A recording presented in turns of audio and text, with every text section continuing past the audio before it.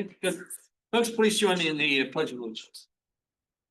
I pledge allegiance to the flag of the United States of America and to the republic for which it stands, one nation, under God, indivisible, with liberty and justice for all. Okay, as I said earlier, another beautiful evening to be inside. Planning board meeting, but we're doing our civic duty, right, Tim? Okay. I think everybody knows everybody, so I'm not going to go through introductions. We do have our attorney online this evening, so Chris is out in Zoom land, but everyone else is here except for our older member who's still absent, and other than that, we're all accounted for. Okay, we're going to follow the agenda, and we're lucky for once we have a relatively short agenda. I always say I shouldn't say that. Be careful. I did. And we have no public notices that were needed to be posted today for tonight. So that is a non-issue. And I will go to privilege of the floor. If there's anyone here or in Zoom land that would like to address the board regarding an issue that is not on the agenda, now would be the appropriate time. Okay, hearing none, we'll move on. All right, the items on the agenda, we're going to take them in order, as I said. When your part of the agenda comes up, your application is being considered, please come to the podium and give us your name and address. And if a brief presentation is required, you can certainly do that. And then the board will have its deliberations, and if need be, hopefully make a decision this evening regarding your application. I think looking ahead, there's one application that requires action. The other, I think, is just a review under the FBC. So we can move on. So the first application is 2025-072, Ashley Lang, property 4406, routes 5 and 20.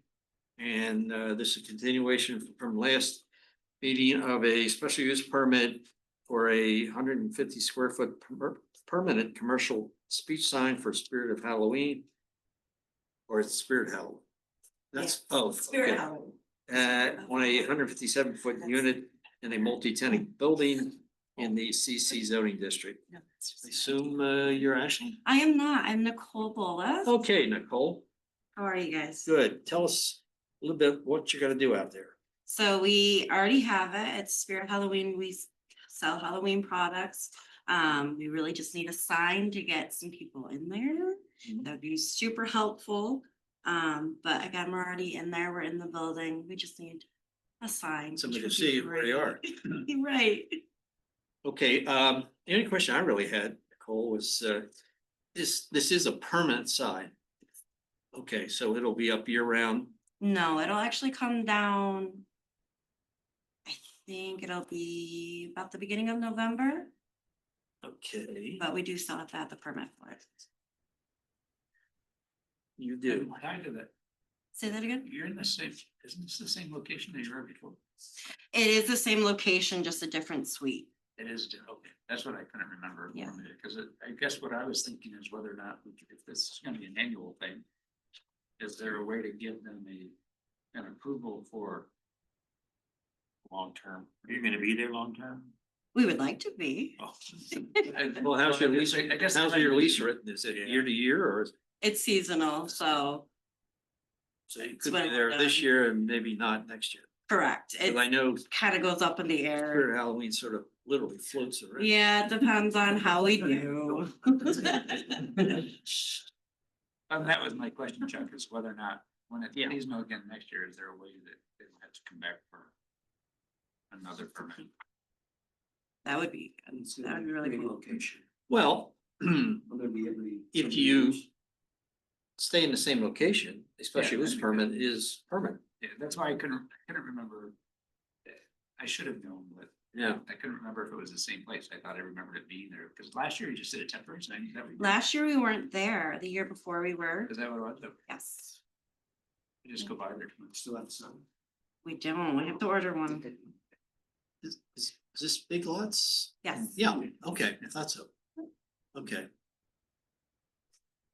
But I mean, what we're really approving in most cases is the square footage on the face of the building, not the suite, correct?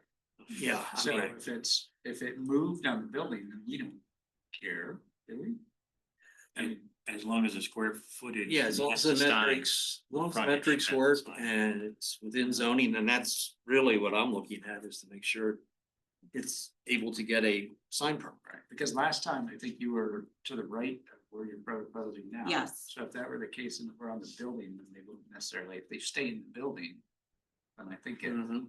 I think the permit, I don't want to speak out of turn, but You're looking for a way to not make this have to be like every year they come back. If they're within the same building, like how far can we yeah, the same bring those sign. limits? If there's same sign on the same building, they do not have to come back. If they're in the same suite, essentially, we Mhm. call about that leasable frontage, essentially, so if they moved over and it has a smaller But front. that's what I was asking. Yeah. Painted the sign. I didn't Linear think it, feet for the frontage that they occupy. So if they moved into a smaller storefront, and they'd have the to, sign might be too large, so then they'd have to. yeah, I know across the street in those buildings, they don't always put the sign in front of the suite, sometimes they go towards the main corridor. Right. And in that case, then this, as long as it was the same size sign, then it could go back on the building at that point. So if you go, you're in a bigger space now, so you're allowed a bigger sign, if you went to a smaller space, then you wouldn't be allowed the same size. Correct. The sign they're proposing is as large as it could be Because, for the length of frontage that they occupy, so. It would all depend on what size storefront they went into. so if this process becomes annoying to you, that gives you a guideline that if you choose a smaller sign, but intend to stay in the same building, then it might work for you. Right. Well, hopefully you keep your lease and you have the same sign and you come back next year and you won't have to see us, but. Fingers crossed. Okay, well, we love seeing you, but. Was there a, Considering that it is seasonal, Hmm? do we wanna put a condition that once the Halloween season is done, it will be removed? Is that your intent to Yes. remove the sign? Okay. Yes. Yes, that was what I was going to. Was there a statement of operations at all? With this, it stated how long the sign would be up. This is a statement of operations. Okay, And. Vacated from the space on or before November 16th. Yeah, okay. So in the statement of operations, it yeah, states the term the sign will be. yeah, they were hoping for July 20th through November 16th. Okay. Well, at least on the back end, it'll be okay. So the condition will be that we removed by By November 17th. 17th.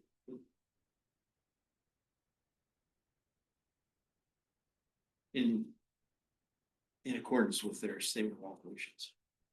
And it's a plastic sign, it's lighted in what regards or not? Lighted? It is not lighted. Okay. It is just very heavy duty plastic. Okay. Essentially that color scheme and. Yep. That's exactly what it'll look like. Picture of Mark there. Okay, I don't think we had too much else to discuss. No. It's. Okay, anybody in the audience? Wanted to discuss this sign installation? If not, ready to move on. Okay, we have a type 2 seeker. And a special use permit resolution. And we can take both together if someone is so inclined. And we'll get you need additional conditions, the one about the length that it's up. I'll move to bundle the type 2 seeker and approve CBN 2025-072 at 4406 Route 520. Special use sign with how many? 6 conditions. 6 conditions. Okay. And Mark, the first condition is special use permit shall remain in effect for the current and future owners of the premises and or owners with no requirement for renewal. Okay, so if everything stays quo. I'll have to come back. All right, I have a motion, a second. I'll second. Mark, Okay, got a Mark second. For discussion, if not, all in favor? Aye. Opposed? Thank you, Nicole, coming out. Okay, next application is 2025-081 Marathon Engineering. Property on Parkside Drive. It's ultimately will result in a site plan review, but that's not the purpose we're here tonight, other than to make a recommendation to the town board that this application conforms with the requirements of the form-based code. And to be assured of that, I guess Marathon is here to fill us in as what's going on. Good evening. My name is Jake Calabrese. I'm with Marathon Engineering, and I have Matt with me, Matt Tomlinson, on virtually. Also here, I have Chris Syracuse with DePaul, as well as Dan Glanning and Gabby Marino with SWBR. Project is going to be a 14-bedroom, single-story building along Parkside Drive. And before I get too into the site-specific stuff, I'm going to let Chris kind of give you a background on what DePaul's all about. Hi, everyone. Good evening. Hi, Chris. So my name is Chris Syracuse. I'm a vice president of DePaul. And we do housing and support for folks with disabilities, primarily mental health disabilities. About 6 months ago, the state put out an RFP for what they call a short-term transitional residence. They put up an RFP out for 36 of them statewide. We applied for 2. Talking to the Ontario County Department of Mental Health, they were very much in need, said they would need something like this. People that might come out of like Clifton Springs Hospital, have nowhere to go, we would house them, and then our job is to find them more permanent housing. And a lot of these folks go in and out of the hospital all the time. They have unstable housing. So we had a preliminary meeting with John from the town. We thought that we would do one here because of the need. We're also doing one in Erie County as well, in Cheektowaga. The length of stay will be about 120 days. And our job is to work with the county department to get these folks more permanent housing. And the goal is really to break the cycle of them not having stable home, having a stable home, in and out of the hospital. It's to really, believe it or not, this program is staffed with 20 FTEs, full-time staff a week. So it's very intently staffed. And that's our goal. We thought it would be a big help to Ontario County and get some of these folks that are, homeless or on the streets or in and out of the hospitals stable, get their lives in order. So that's kind of it in a nutshell. Anybody have any questions before we go back? No, thank Okay, you, Chris. thank you. Perfect. Oh, Yeah, Chris, real yes, quick, Sure. so the money is in your pocket essentially Yeah, for the so- grant? Okay, So the state is giving us, believe it or not, 1.8 million to run this. And then they're also giving us the capital dollars to build it. okay, Okay? good, thank you. Yeah, so I will go back into the site specific. As we see up here, that is going to be the view from Parkside Drive, as you're kind of coming around the curve. Building, and that's if you go to the next page down. Yep, no, sorry, one more. Apologies. There you go. Perfect. So as you can see, the building kind of complements the curve of Parkside. We did have to go in for 2 variances, which were approved, and those were the build 2 zone. We had to, it was I think roughly 2 to 3 feet back from the build 2 zone. And primarily that is because the south side of Parkside Drive has a lot of electrical utilities with an easement. So to err on the side of caution, we wanted to bump it back a couple feet so that we know that our foundations will be far away from those utilities and far away from the easements. As you can see, there's sidewalks along the south side of our building, as well as we're gonna be installing a sidewalk along the south side of Parkside Drive. Then we have the it's kind of in the center to center left of the building. It's kind of gonna be a nice little hardscape for the residents. So it'll have your typical couple landscaping, some benches, a table to get outside and for during dinner and lunch. In the beautiful winter weather.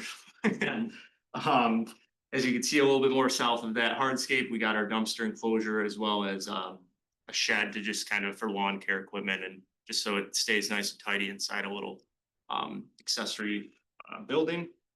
We also will be continuing the water main from the west side of our property line all the way to County Route 28. So we're working with Town of Farmington Water and Sewer to kind of figure out how we're going to cap that at the end, as you guys all know, with the Uptown project. So we're gonna have to work with them to really figure out how we want to connect and what will get scheduled first. Jake, could you show us on the plan where Yeah. the water is being extended to and from? So the water right now, we have it right to the edge of the property line. We have an email in to Aaron Bissell, and we're gonna kind of coordinate with that and try to match up the schedules as best as possible and figure out what's gonna be the best solution for Farmington. And then it's gonna run all the way down and connect into the existing. 28. Yep, yeah. Parking is going to be primarily for the employees, so there's currently 17 parking spaces. There isn't, and correct me if I'm wrong, Chris, I don't think there's gonna be a lot of vehicles parked there for the residents. It's gonna be more for the Correct. employees. Stormwater will be treated with 2 bioretentions.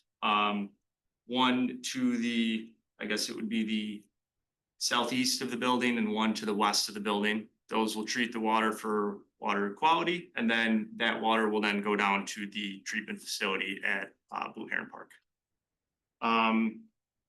Other than that, I'm going to pass it over to Dan to kind of review the architectural side. So yeah, staying here for a moment. Again, my name is Dan Gladding. I'm with SWBR, with the architect. You can see at the end of the parking lot, towards the bottom of the page, we're actually connecting the driveway to the adjacent property. That's actually because DePaul owns that property. That's the trolley station apartments that they built there a decade-ish ago now and still continue to run successfully. When this tiny parcel became available right next door, it was sort of an easy and obvious fit for them for this kind of focused program that complements the longer term apartment project next door. So that connection does a few things for us. It helps with fire and life safety, have 2 ways in and out without creating yet another curb cut on Parkside. It helps if there ever is a need for overflow parking. Trolley Station has an abundance of parking right there, same owner, not an issue there. And then it helps residents if and as there is a wider community event that DePaul wants to hold, there's an easy connection for the residents as well. So if you jump back to that first page, in sort of our design cues, started thinking about, hey, this is a home for these people. It is a temporary home, but it is a home. So we wanted to design this to look like a home. One of our variances was to do with the transparency requirements in this form, the form-based zone there, which is designed more around commercial type properties. And this is more of a residential type. So we have a reduced transparency that we were granted for that reason. And then from a color palette standpoint, we absolutely wanted to nod to the building next door. I also designed the building next door a decade ago, so shame on me, I like it. So keeping some of that just very simple tan with the stone and then that one punch of red at the entrance to just kind of focus your attention at the entrance. So this is a pedestrian approach. There's no parking along Parkside Drive there. People can if they want to, of course, but it's not intended parking. And then as you go through the building on the opposite side is an equivalent entrance from the parking side, which is going to be the more common arrival point for guests. Inside as described, it is 14 individual bedrooms, single bedrooms. There is a shared living room, a shared dining room, a shared kitchen. It's basically a residential kitchen that's a little oversized. It's got 2 residential ranges. It's got 3 residential sinks, 3 residential refrigerators, just enough to handle a family of around 14 residents plus the several staff that are there at any given time. Multiple single user bathrooms, 4 of them if memory serves, I should have this memorized. A couple of laundry rooms for the residents, mechanical facilities, that sort of thing. So pretty straightforward program, great synergy with their existing project. And it's a nice fit on this little piece of land that's kind of between the other 2 apartment buildings and was just sort of waiting for the right project. And humbly, we think this is it. The unit occupancy, is it one person per unit? Could be 1, could be 2. It is one single bedroom. Do we have a floor plan in what you have available? I mean, it's a 1 bedroom. Could you have 2 people? It's too small, honestly. Okay. The just site plans. Yeah, it might be submitted. They are, yeah, if it's the room, So it's 14 yeah, client, they're essentially. not quite 10 by 10 bedrooms with a single small closet. Yes, there you go. Those are, I think, full size beds is what we're showing there. Doubles, I think, is what we're showing. But you can kind of see, boy, it'd be some work. You could put bunk beds in, I suppose, but no, these are designed and sized for single occupants. And their state program is around a 14 resident facility. That's what they're funded for from a capital standpoint and an annual operational standpoint. The 2 office spaces to the south, page south here, the one side is more kind of the building program management of like the day-to-day operations of the building, and the other side is more of the training and health management of the residents and that kind of supportive level, getting them transitioning from a hospital stay to a more stable life. Just to clarify a comment that you just made about parking on Parkside. Mhm. You said there's no parking, but they could. I mean, I've been on Parkside Drive. If you feel like parking there, there's not much stopping you at the moment, is what I meant by that. But there's no intended parking. Correct. We are not installing any parking or marking any parking, no. There's actually that kind of drainage swale along Parkside right now, so. Yeah, I was thinking through a couple of ways. One is just looking at the opportunity to continue to maintain complete streets where we could. Right. But also in form-based code specifically discouraging parking on that side of buildings. Right. So I guess part of what I'm doing too is if you're thinking about parking there, then I would discourage that. Right, we are not, we are completing the sidewalk between the 2 projects on either side of us. So we're completing that part of the street, but we're not, we recognize this is not a town center kind of road where on-street parking makes sense. That's a bigger conversation for folks like you to think about holistically. I don't think the need will ever be there. You know what I mean? Yeah. I would imagine we're gonna have 5 cars there at the most. At any On given property at all? Okay. Yeah. Yeah, because you talked about the 20 FTEs, Yeah. that's a rotating cycle 24/7. of, yeah, right, so there's 24/7 staff and, half a dozen at a time. Yes. You currently operate anything similar to this anywhere else in the state? So, that's a great question, Tim. Most of our housing is licensed with the State Office of Mental Health. But we do have a program in Churchville. It's a contract directly with Strong Hospital. We take their people right out of the hospital and do the same thing with those folks, get them more stable living and they're not in and out of the hospital. And I even think that could have been the impetus behind the state sending this proposal out because of our deal with Strong. So yes, and it's interesting, that is 7 FTEs, they're giving us 20 for this. I almost think it's too much, but we'll take it and see how it goes. Yeah. And no issues in that community? Oh, no, as a matter of fact, most people really like us there because we take care of the folks and then instead of them out wandering and not having a place to live, we get them tuned up is probably the best word I could say, and then on their way to more productive lives. And our success rate is 93%. So Congratulations, yeah, that's great. thank you. And didn't you, and I believe this was in the earlier meeting, is that you said this is primarily for Ontario County? Oh, right. Yeah. That's the other thing I like to share with people, that we're not shipping them in from New York City or Syracuse or Buffalo. These are folks that live in your county. Is it possible somebody could end up in the hospital here and be from Monroe? Maybe, but for the most part, really, it's for Ontario County residents. Yeah. Good point. Yeah. Okay, thank you. And maybe another question on the floor plan, and I think that's who you would be offering services to, so. It's noted that there are, I believe, 4 accessible rooms. Mhm. Do we believe that based on the need, based on what you've seen in other communities, that would be sufficient? Or is there a Yeah. need for more? That's an excellent question. And I'll be honest, the rooms are, other than the little bump you see from the elevation, the rooms are identical. They're all accessible. Mhm. The state code requires a minimum. And the state funding agencies, if you show more than that, force you to prove that you have people who need that room. So Okay. what DePaul has learned, because their buildings have, whether it's a long-term apartment building, a shorter term care building, or a blend in between, because they have a range, is that a lot of folks with mobility impairments come to their buildings because they build with a higher level of accessibility.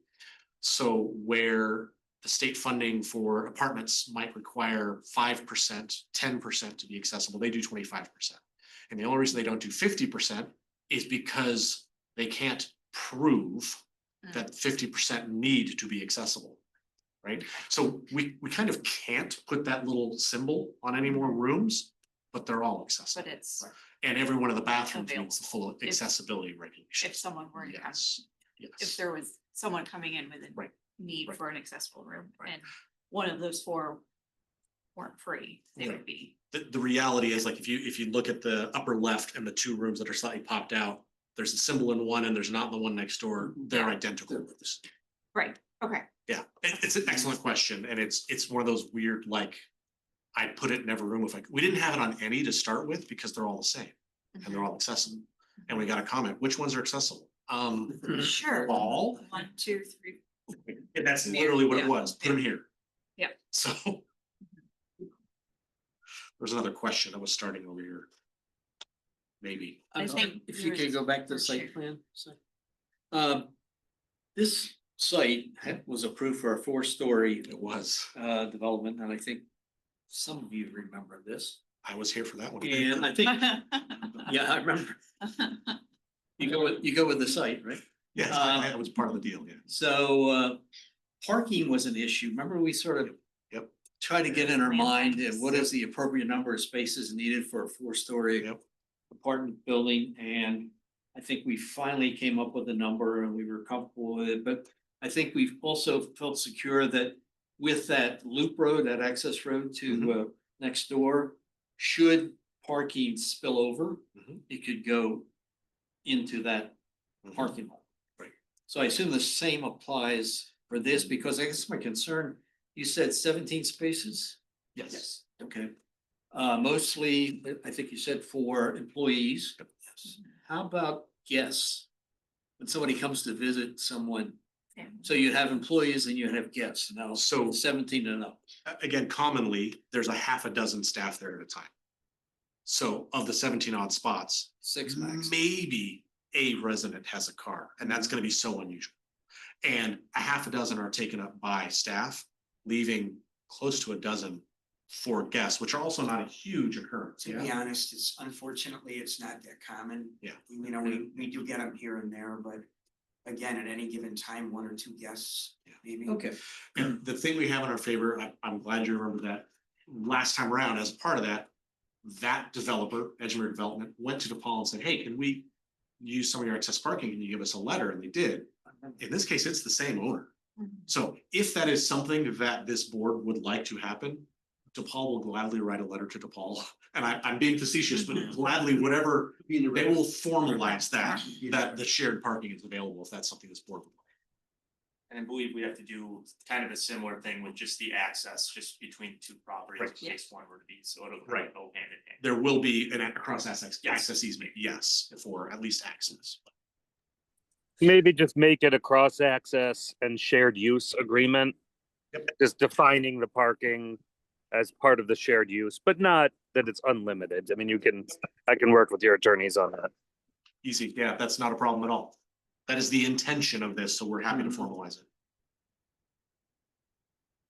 Dave, can you perhaps talk some more about the stormwater management facility? You mentioned that it's off-site I don't know whether it's part of the other previous development when you do the same thing, but Yeah, absolutely. So the two, yeah, I get your. yeah, those are stormwater the quality. bioretention. So Yeah. primarily all the drainage is gonna go outlet over here, and then there is a line that goes to the Blue Heron Park, and that's a regional stormwater management facility. And that was, You have to show that it has the capacity for all the impervious that you put in. yeah, so that will be in our SWIP. And that MRV will review, and we'll make sure to note that it has capacity. But I believe, and I'd have to look and confirm with MRV and the SWIP that was designed with that to make sure that it does, but that was the intention of that Blue Heron. Yeah, this is Matt Tomlinson from Marathon. I also worked with Dan on the previous development, and at the time we had the SWIP approved with a significantly larger parking lot and amount of impervious, and there was sufficient capacity within Blue Heron. I'm not aware of any development that's taking up some of that capacity, but we can of course work with town staff and the town engineer to verify that for this go round. So, thanks, man.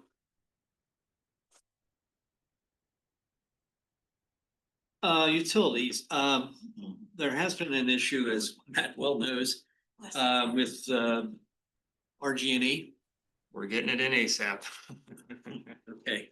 Yeah, Are you free and clear of that hurdle with this project? we think that we are significantly under what they have as capacity, but service requests are in process for this. Okay, Yeah. just something we gotta ask every time we have a project in that area. We've been bit by that, and thankfully this project's gonna have more of the demand of a very large, single-family home, triplex kind of size, rather than a 40-odd unit apartment building. So it's much less frightening than some of our bigger projects in that sense. And as soon as we get those well served buttons, we'll be sure to forward those on over. To give everyone comfort. And you're tied in with Farmington Water as far as obviously the extension, and Yep. that's been approved or will be approved. Yeah, in the process, and again, we've done it just up the road, so yeah, we're working with Aaron to make sure that that's all squared away. That driveway, was that the location of the first application, the original application? The previous project? And I'm sure I brought it up then, I'll Yeah. bring it up again as far as site distance.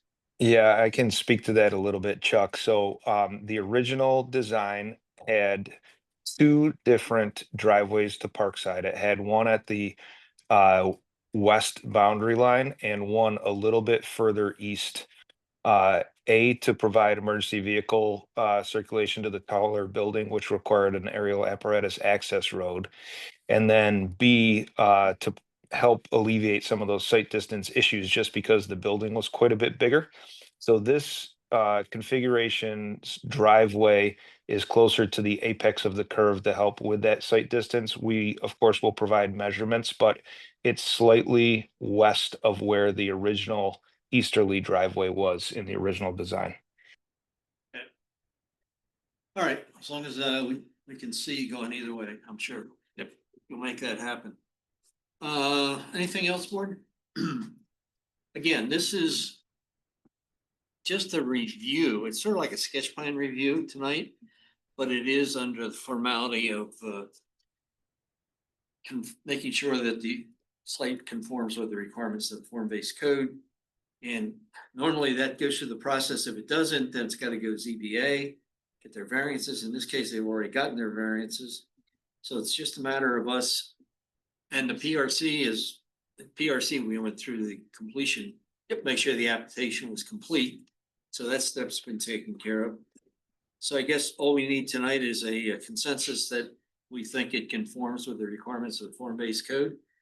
And assuming the town board approves it or blesses it at their meeting next Monday night. I think it's on the agenda. 22nd. Yeah, 22nd. Yeah, Yep. 2 weeks. That it would come back to us on the 14th of October for a site plan review. So do I have a consensus that we feel this meets the confirms with the requirements of the form-based code? With the variance. With the variances. with yeah. the variances issued. And okay, we will let the board know that. Yep. Thanks, guys. Thank you. Thank you.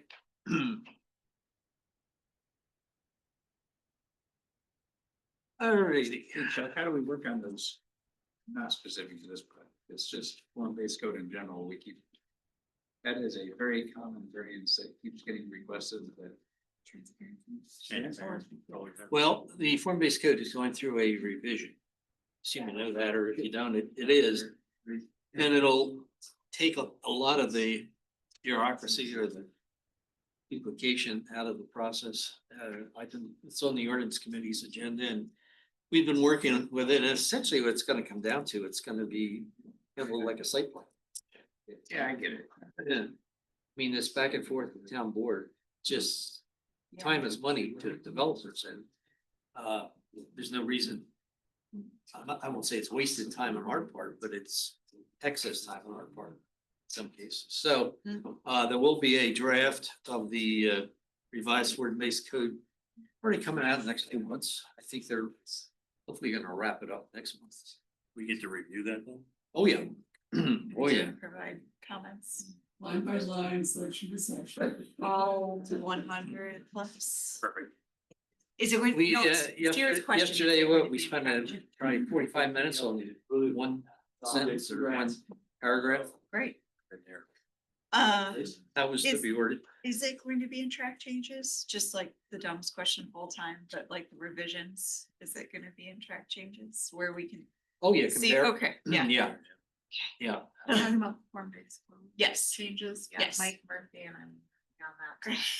Okay, thank you. Yeah, I was thoroughly confused. with the ordinance. Yesterday.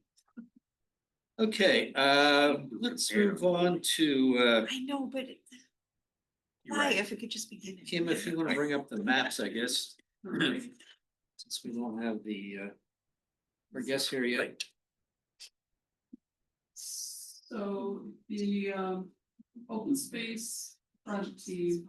This is CPN 2025-100. They set about to update some of the maps that had changes required to them. And they also created one additional new map, and the town board will be reviewing these maps, and they will get added to the appropriate plans, which include the comp plan, open space plan, and then the ag plan. So what will happen is there will be an appendix. The new maps will be in. So let me get these maps. Let's see, Pierce Brook. Pierce Brook? Yeah, but they had an open. Conservation easement. Conservation. In that, that's a good point. If there are things missing, definitely let us know. Lobella would have to make the updates. Yes. So- It's something we can work. So this. Well, there is a conservation easement associated with Pierce Brook. Yeah. And I'm trying to remember, is that to be owned by the developer Oh, and we with went- access for the public? We went Correct. round and round. Yes. Yep. Yeah. So it's a private area, but it's accessible for the public to walk through the trails and Maintained by them. So maintained by them, yes. so in that conservation. But you're right, it's an open space area. resources. So what would that fall under conservation? That goes, falls in your backyard. Yeah. It would be, it is a conservation. Well, no, I mean, our conservation easements on this. So these- that's blue stands for parcel rating. So So this is the one plan that shows all the public and protected properties. what are you talking about? This one, this map, the new one. Just in the right, so those mostly show. That's Lakewood Meadows. Sure. Brown in, or that brownish color says private conservation easement, would that be what you're talking about? That's what Pierce Brook is, Pierce Brook? and that's right up, yeah, Is it the right color? it's up there, So that would need to be. that needs to be added. Is there any other conservation? easements? Yeah, How do There's you- one on, Fox Ridge. Yeah, Fox Ridge. Yeah, Well, there's that little one you did for that small, that subdivision. on- subdivision on The agriculture. Behind the cottages or Yep. whatever that is. Oh, yeah, where do we? Yeah, so how do we keep that updated, because it's like, I mean, that, those are just three things that have happened within the past. Well, Pierce Book has been In- a in our- long in time, our but in minds. our recent memories, yes. I believe it has been quite some time since these were updated, so, you know, if there's things missing, we could definitely reach out to them and see if they can get them. Well, who would, is there, how are the conservation easements recorded? Chris, yeah, They do. Chris, is there a way to, at the courthouse, find out where the conservation easements are located in the town of Canandaigua? The private. That's not a convenient, efficient way. I think the town has those records. The town should have those records. Filed under what? Well, I don't know the answer to that, but I would think if Eric doesn't have the answer, he could ask Lance, and Lance would know the answer to that. I'm not sure if there's one central repository for every conservation easement that's been approved in the town. Certainly some of them, no. You don't think so?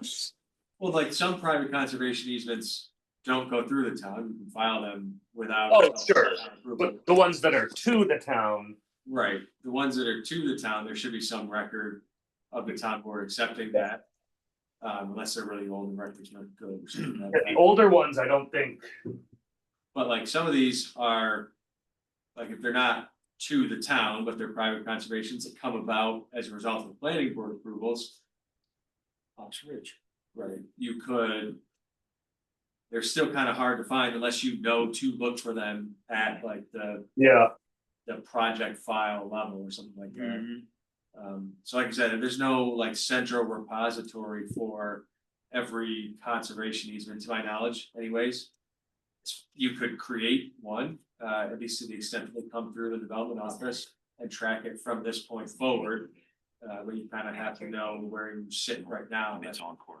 Kind of what this project does, it's trying to get you that initial basis point, but again, like you're doing, pointing out, okay, what's missing? Yeah. Add it to the map, add it to the map, add it to the spreadsheet, whatever, and then as time goes forward, then you track it. Would the open space committee, wouldn't that be information that would help support the mission? I would assume so, but, yes, we could definitely reach out and see if there's. Yeah. So I think for the purposes of our review, I think we can state that there appear to be some private conservation easements that are missing. Rather than getting into, so Pierce Brook for one, Fox Ridge for another, as Kristen said, the property off 21. I mean, you could find all of the ones in the last 5 years by just doing a search of the town board agendas, and I don't think they're all on there. But I do think they should be reflected, and I think that's what the scope of work is for those maps. Right, there's some of them that are gonna be difficult to put on like this map. Just because like the Fox Ridge ones, and most of these are going by the parcel level boundary. As a shape out where like the one in Fox Ridge is. You know, you'd have to either recreate it or unless you had. Yeah, that's right like, the there. Boundary layer for. Property lines cross into these. Yeah. That's. So like it's not on that, it's like just Mhm. different from how they're currently shown. Mhm. All right, well, so that's one item that we, Okay. right? Anything else on this map before we roll to the next? Is there also one for? The Creekview Apartments? Is there an easement on that area? Can't remember, Creek, like. is it part of that- Yeah, well, you have back by the outlet, Right. right?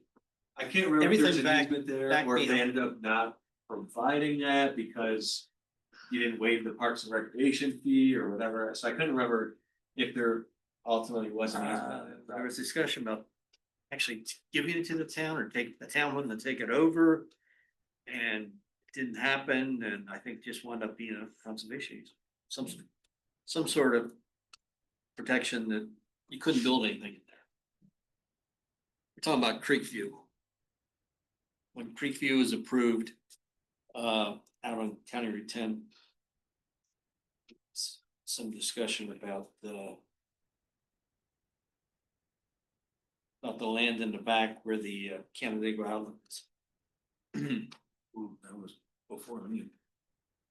I guess you might also want to show the trail is, In the beginning of it. where is it too? And there it is. Step Pathway, Next to final It's phase. just there. the land. does it show the Auburn Trail? Already. If it does, how? It might be covered up by some of the other Yeah. line features. It's not clear what it means. Okay. Next, Kim. Oh, great. Let's see, we have the agricultural parcels that are preserved. That's all the PDRs, yep. Ours. And that's been through the ag committee.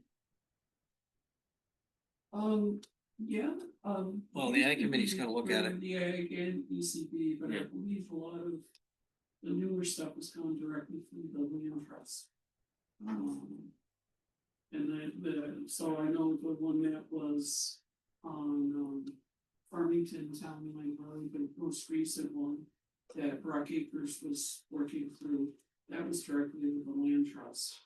They asked for letters of support from the ag committee and the ECB, but yeah, it didn't actually come through those organizations. Doesn't this take into consideration the type of level of ag land that we protect? I'm sorry. The higher level of ag, I can't remember what it's called in my life, but there's prime ag. And you know, are those all identified in here? I believe there's maps on this, maybe the ag plan. Not in the There's- agricultural preserve land, Matt?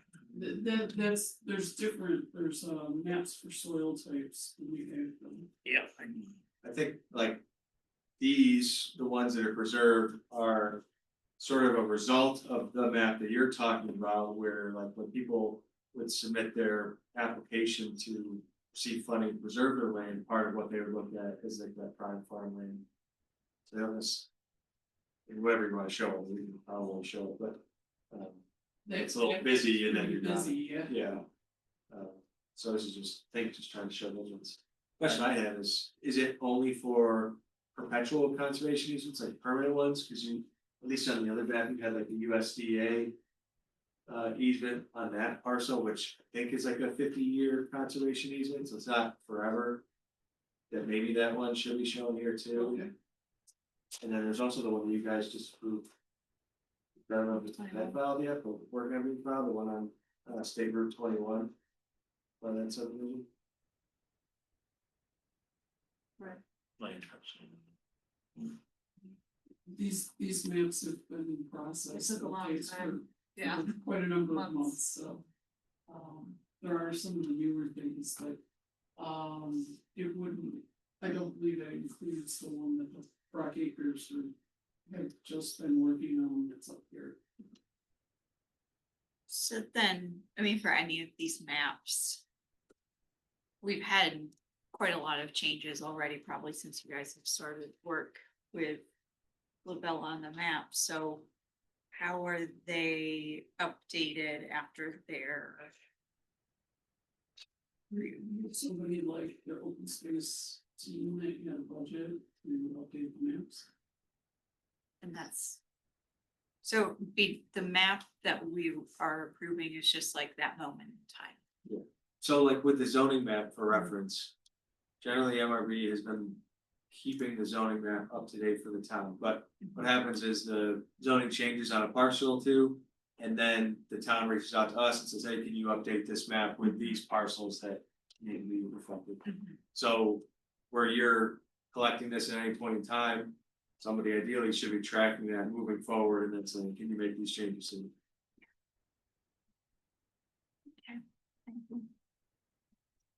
So this is the strategic farmland. Uh, And this section here is brand new. It matches the, ag protection overlay. That is the section that the planning board can't be the one to approve, sewer or water going through this area. The town board actually has to be the one. And previously, there was only a written description of this overlay area, but now it's on this map. And what they did was instead of, stopping at the line here, there's a description for what cuts it off. They didn't wanna like just cut the parcel in half. So like half would be on one line and half would, wouldn't be colored in. So that's why you kind of see some of these will like stick out a little bit here and there.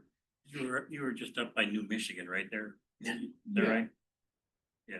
That's what I Yeah, thought. that's New Michigan right there. Hard to tell sometimes when they overlay some Yeah. dark. So County Road 30 was the northern bound. And that's what this road is here, and so then you'll see like this acreage here.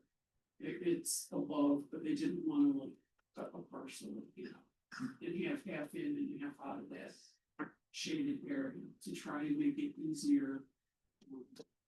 For people reviewing these.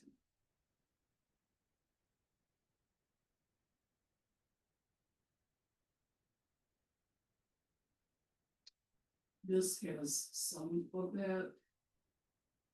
Prime. I agree, I just passed it about the It's not what you're. soil yeah. effects. It Mentions where the solar is, right? Mm-hmm. Yeah, the solar is all prime is trees and statewide important soils. Right. They had all three in that particular parcel. So, And the next one, and then this is the new map. this is the cool one. So there is a previous map that was parcels. Conservation value, I think is the name of it. And what that one is weighted by is the size of the parcel. So the biggest parcels are all dark blue. This one's weighted more by the NRI features, and there's a whole table here of the NRI features that went in towards that weighting. And so the more yeses you have for these things, the darker the color.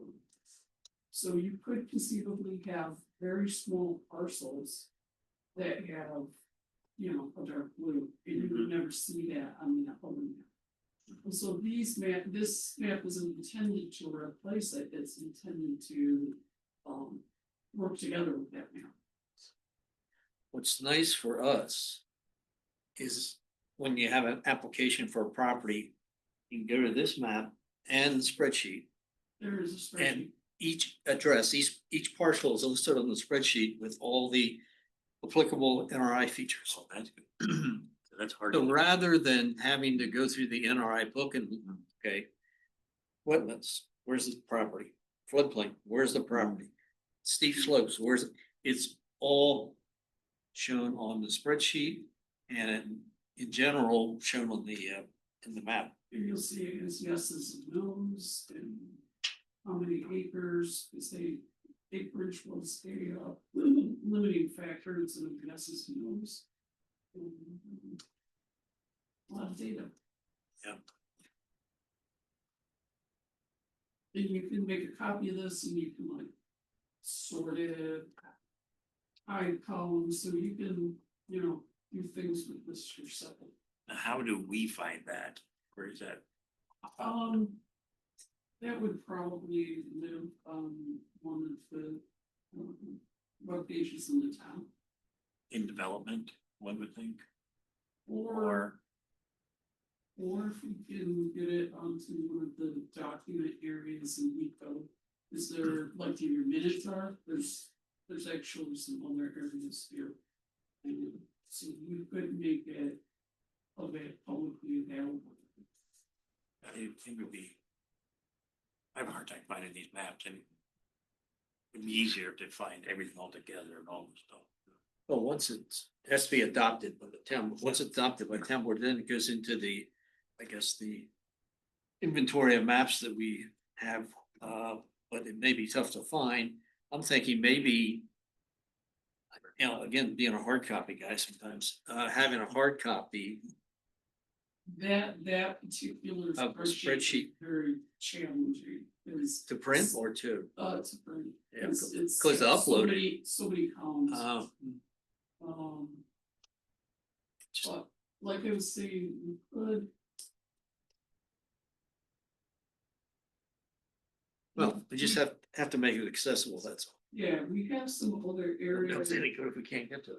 that are right next to like where your minutes, and your code are. Uh-huh. That we could conceivably put some documents there if it's hard to navigate around the website. All right, well, be thinking about that, I guess. That's what I would suggest, like form-based code. You Yes. know, having some areas here where we could have that, and there are certain. The map section from the town website. So I Yeah. just search for map. And I just search, go down quite a bit. Map and way down. See, so those were the. Yep, those are the four maps and spreadsheets. So again, that last one is a real asset to the planning board, I think. As we were doing it in the open space committee, I was just licking my chops on that one because I said this is gonna save a lot of time and effort in terms of having to do individual lookups of the NRI features. Title work. Okay. Anybody have anything else on that? So I did hear that we should be looking more for be more inclusive on the private easement, conservation easements. And Eric, you had a couple properties that should have been on the preserved. Maybe, like if the intent of that map was just to show the ones that were protected by the perpetual agricultural protection easement, then those ones might not apply. But if it's just for agricultural land that's protected, then maybe it makes sense, so. Okay. All right. Very good. I think Travis is out there, someone's out there. I mean, if there's significant roots, maybe just have to put those. Add that to the. You can find him. Yeah, up it is, right, yeah.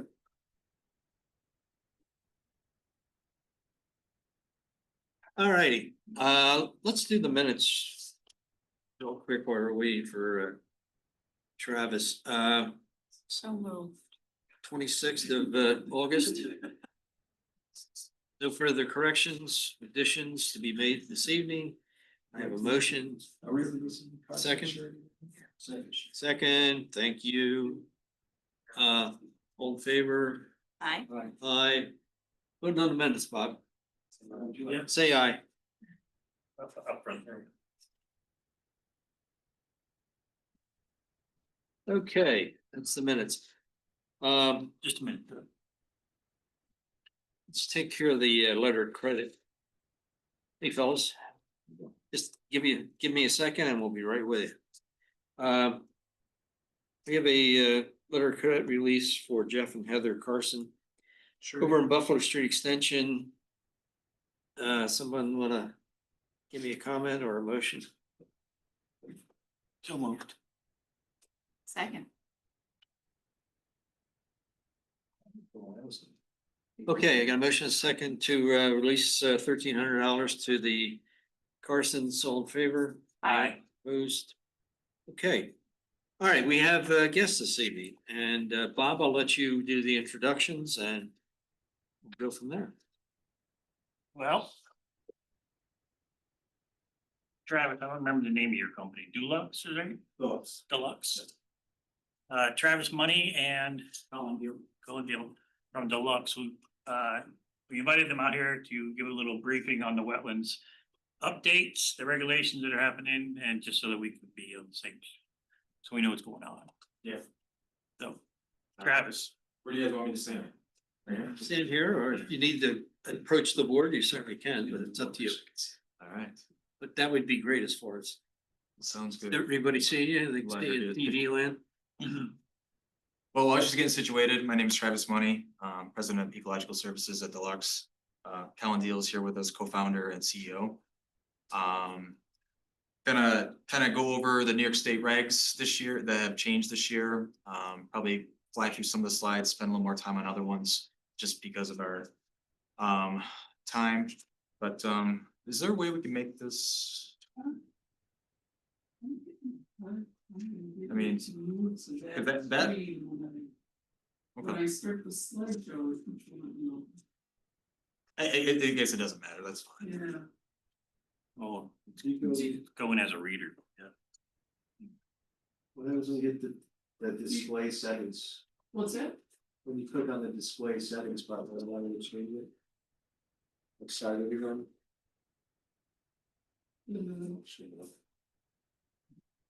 Starting again, just hit from the beginning and then at the top of the screen over here, there's a spot that says display settings, is that what I switch it? Yeah. Swap it. If they were. No, swap it. Oh. Would've been swapped. Or you might be able to move it over time. Might be earlier. Talk to that, whatever's easiest. Not everybody in the home gets to see it too.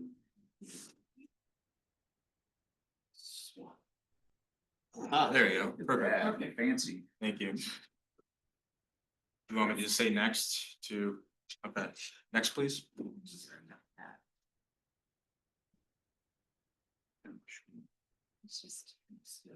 There we go. Perfect, thank you.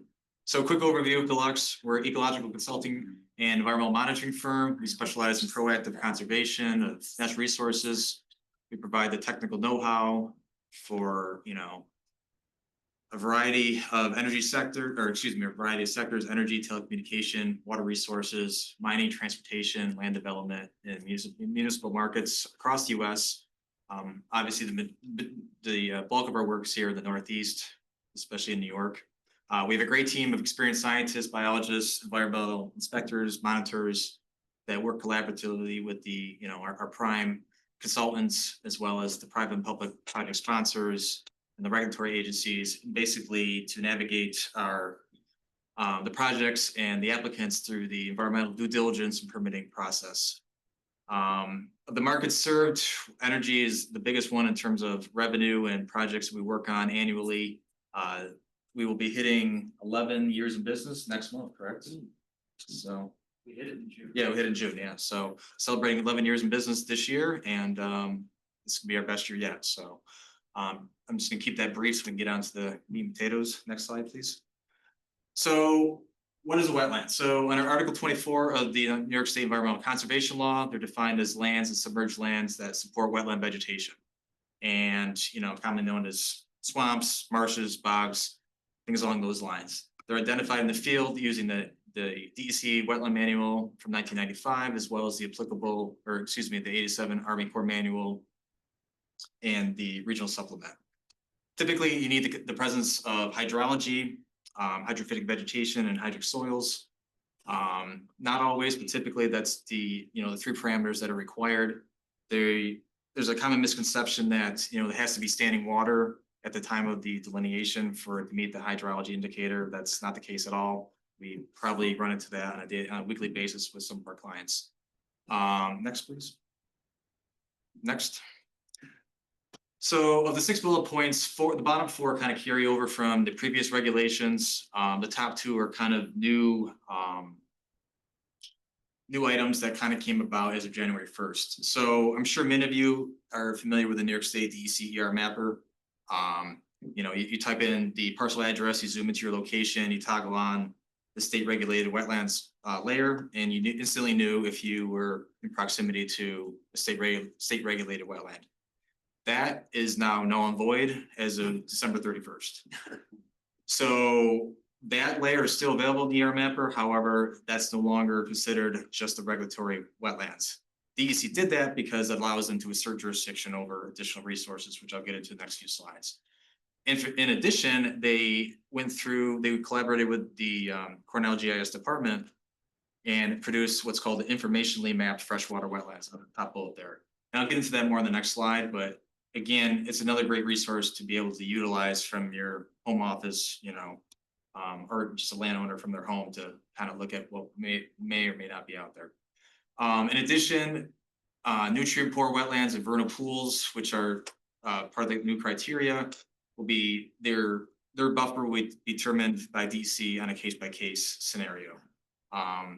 The early regulations last year had a 700-foot buffer around vernal pools and a 300-foot around nutrient poor wetlands. Nutrient poor meaning they lack nitrogen, phosphorus like bogs and fens, and they're kind of very unique carnivorous plants and whatnot.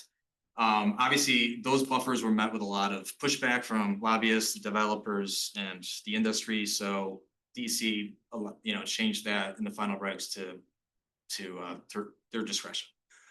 The bottom four bullets are kind of carryover from, again, our previous regs. I'm gonna go through these quickly. The state regulated wetlands continue to be classified in descending rank, class 1 being the highest, the class 4 being the lowest.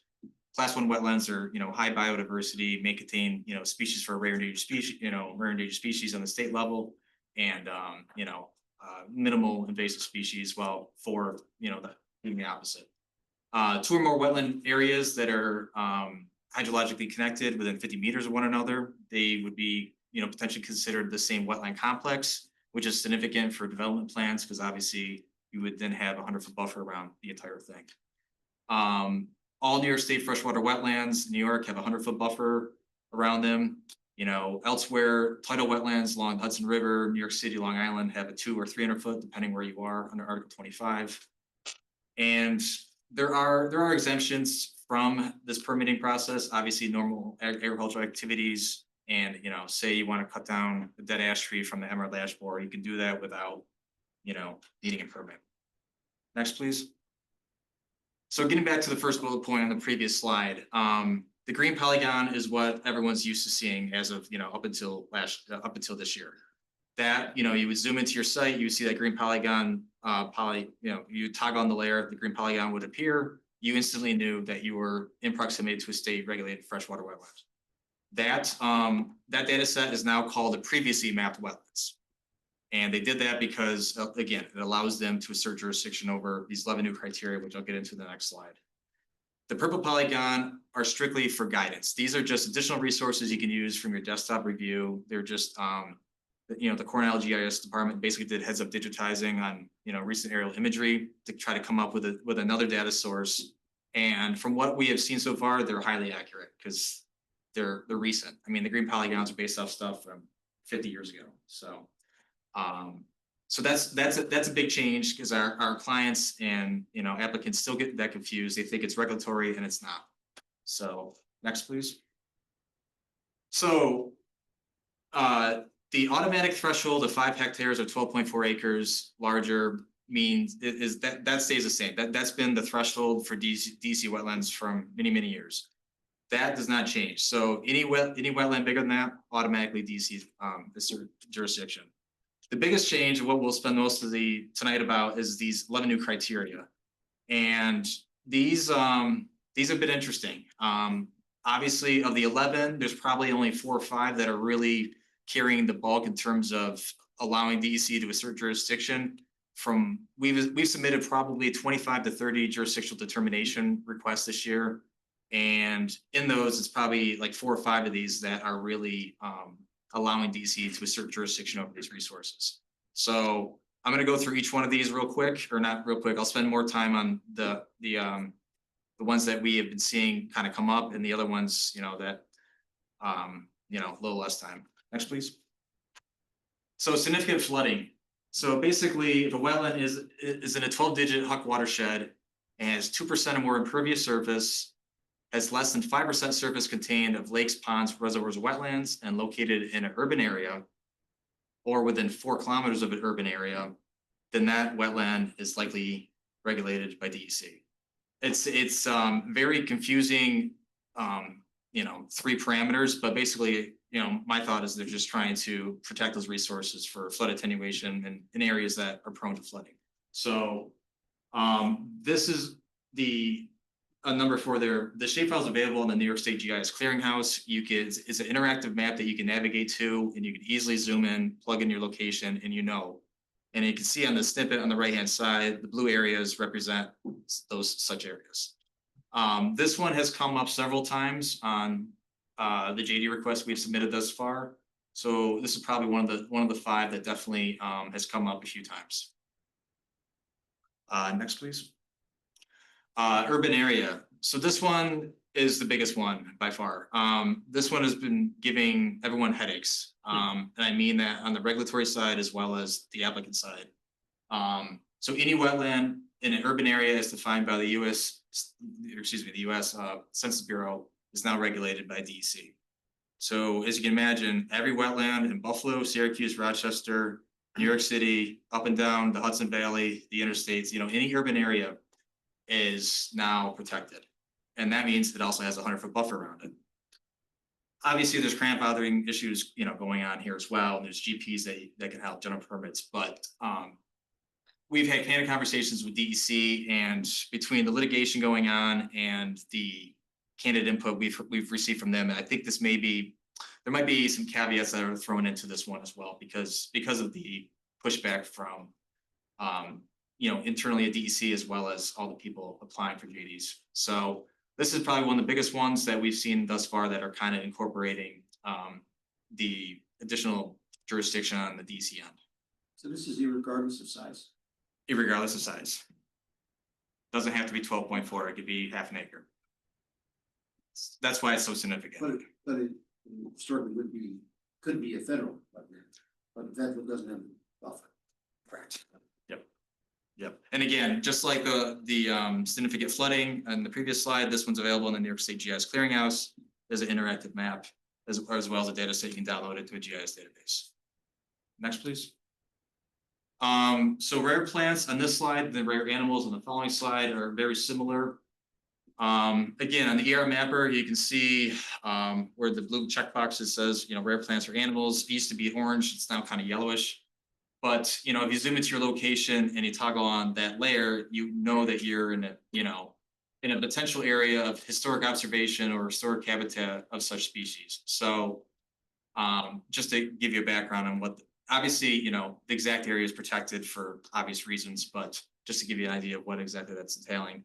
So on the rare plant side of things, if the wetland contains a plant species occurring in fewer than 35 sites statewide, so obviously this rarity scarcity issue, or fewer than 5,000 individuals statewide, then that wetland could be potentially regulated by DEC. And next, please. It's kind of similar for the rare animals.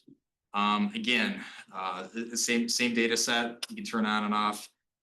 So if a wetland contains habitat that's utilized for essential behavior of, you know, endangered, threatened, or species of special concern, or a wetland dependent, listed on the New York State Wildlife Action Plan, again, that wetland could be potentially deemed jurisdictional as such.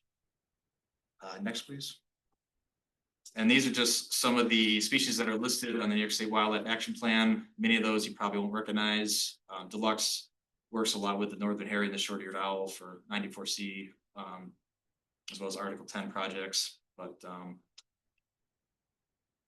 right, next, please. Class 1 wetlands. So the data set that's now called previously mapped wetlands, if you click the icon or the informational bar and click on it, you can see where it says wetland class 1. So any wetland that's designated as class 1 and that's automatically DC jurisdictional. And there's 9 parameters if any one of those are met, it's a class 1 wetland, so it's, you know, anything nutrient poor wetlands like, you know, specialty ones like bogs and fens, you know, tidally influenced, you know, habitat that has, you know, endangered or threatened species habitat, or the species themselves, they're class 1 wetlands. The only other way to find out what the classification of the wetland is, because obviously this is just one data set, it doesn't entail every wetland in the state, is you'd have to go through the JD process, which I'll get to in a few slides. Next, please. Unusual local importance. This one is, it's kind of a catch-all, and it's kind of, I think DC's kind of, even on the website now, they've kind of merged this into the previous slide now, or the previously mapped wetlands slide that we'll get into next. So it's basically, you know, it's a catch-all for DC to assert additional jurisdiction over wetlands that may have not been, you know, already, you know, the other criteria didn't catch them, is what I'm trying to say. We have not seen this. This has not come up in any of our JD requests, nor has it really come up in my years doing this. So I don't really see this being, you know, a hot ticket item, so to speak, on these new regs. Could a community appeal that one of these parameters apply?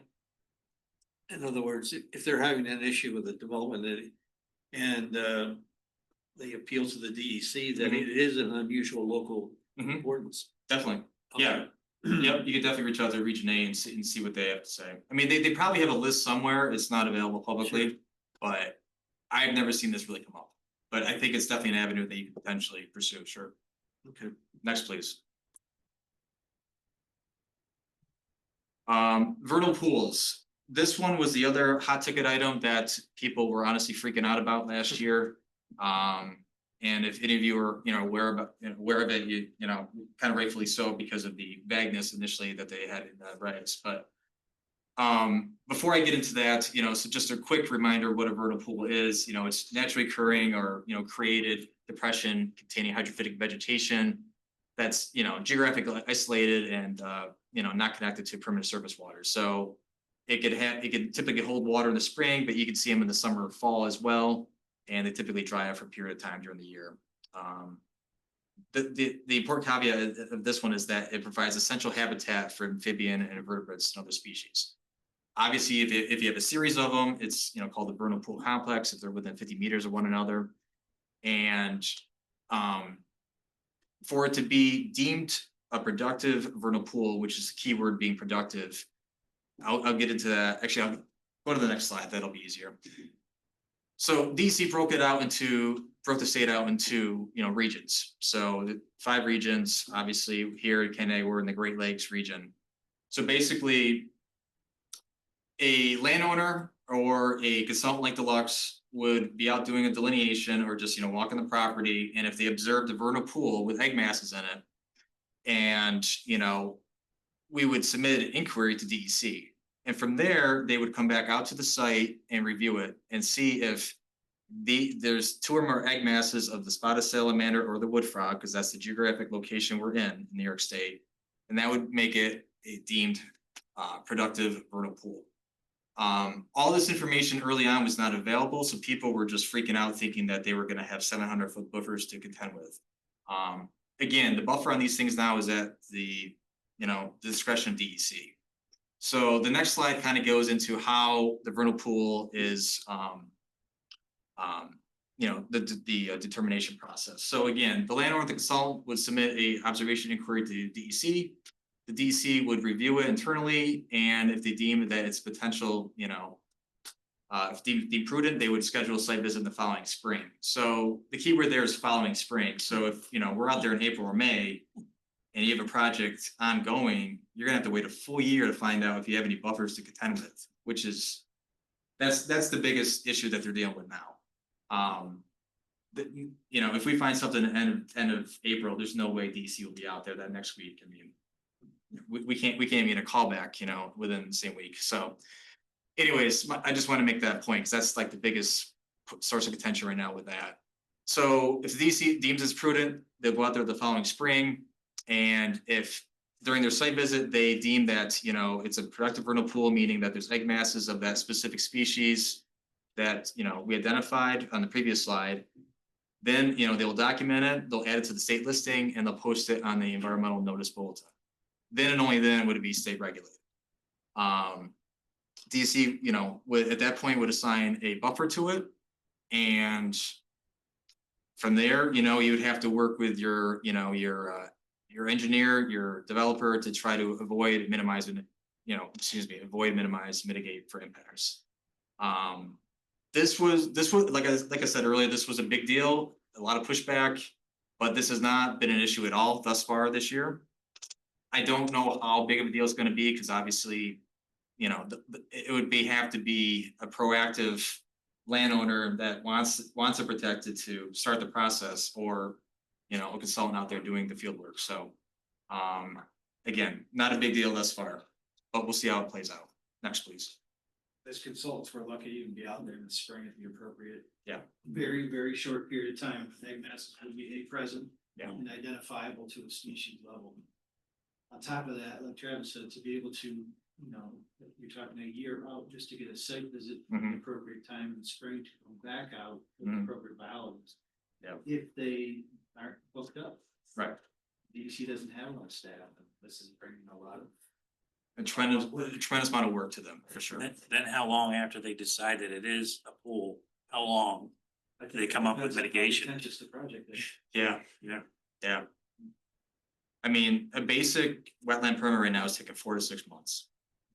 It's taking a long time. The same on the federal side. It's ridiculous. It really is. We don't always, if ever, have access to anything off site, right? We have access to parcels and the boundaries of those parcels during our investigation.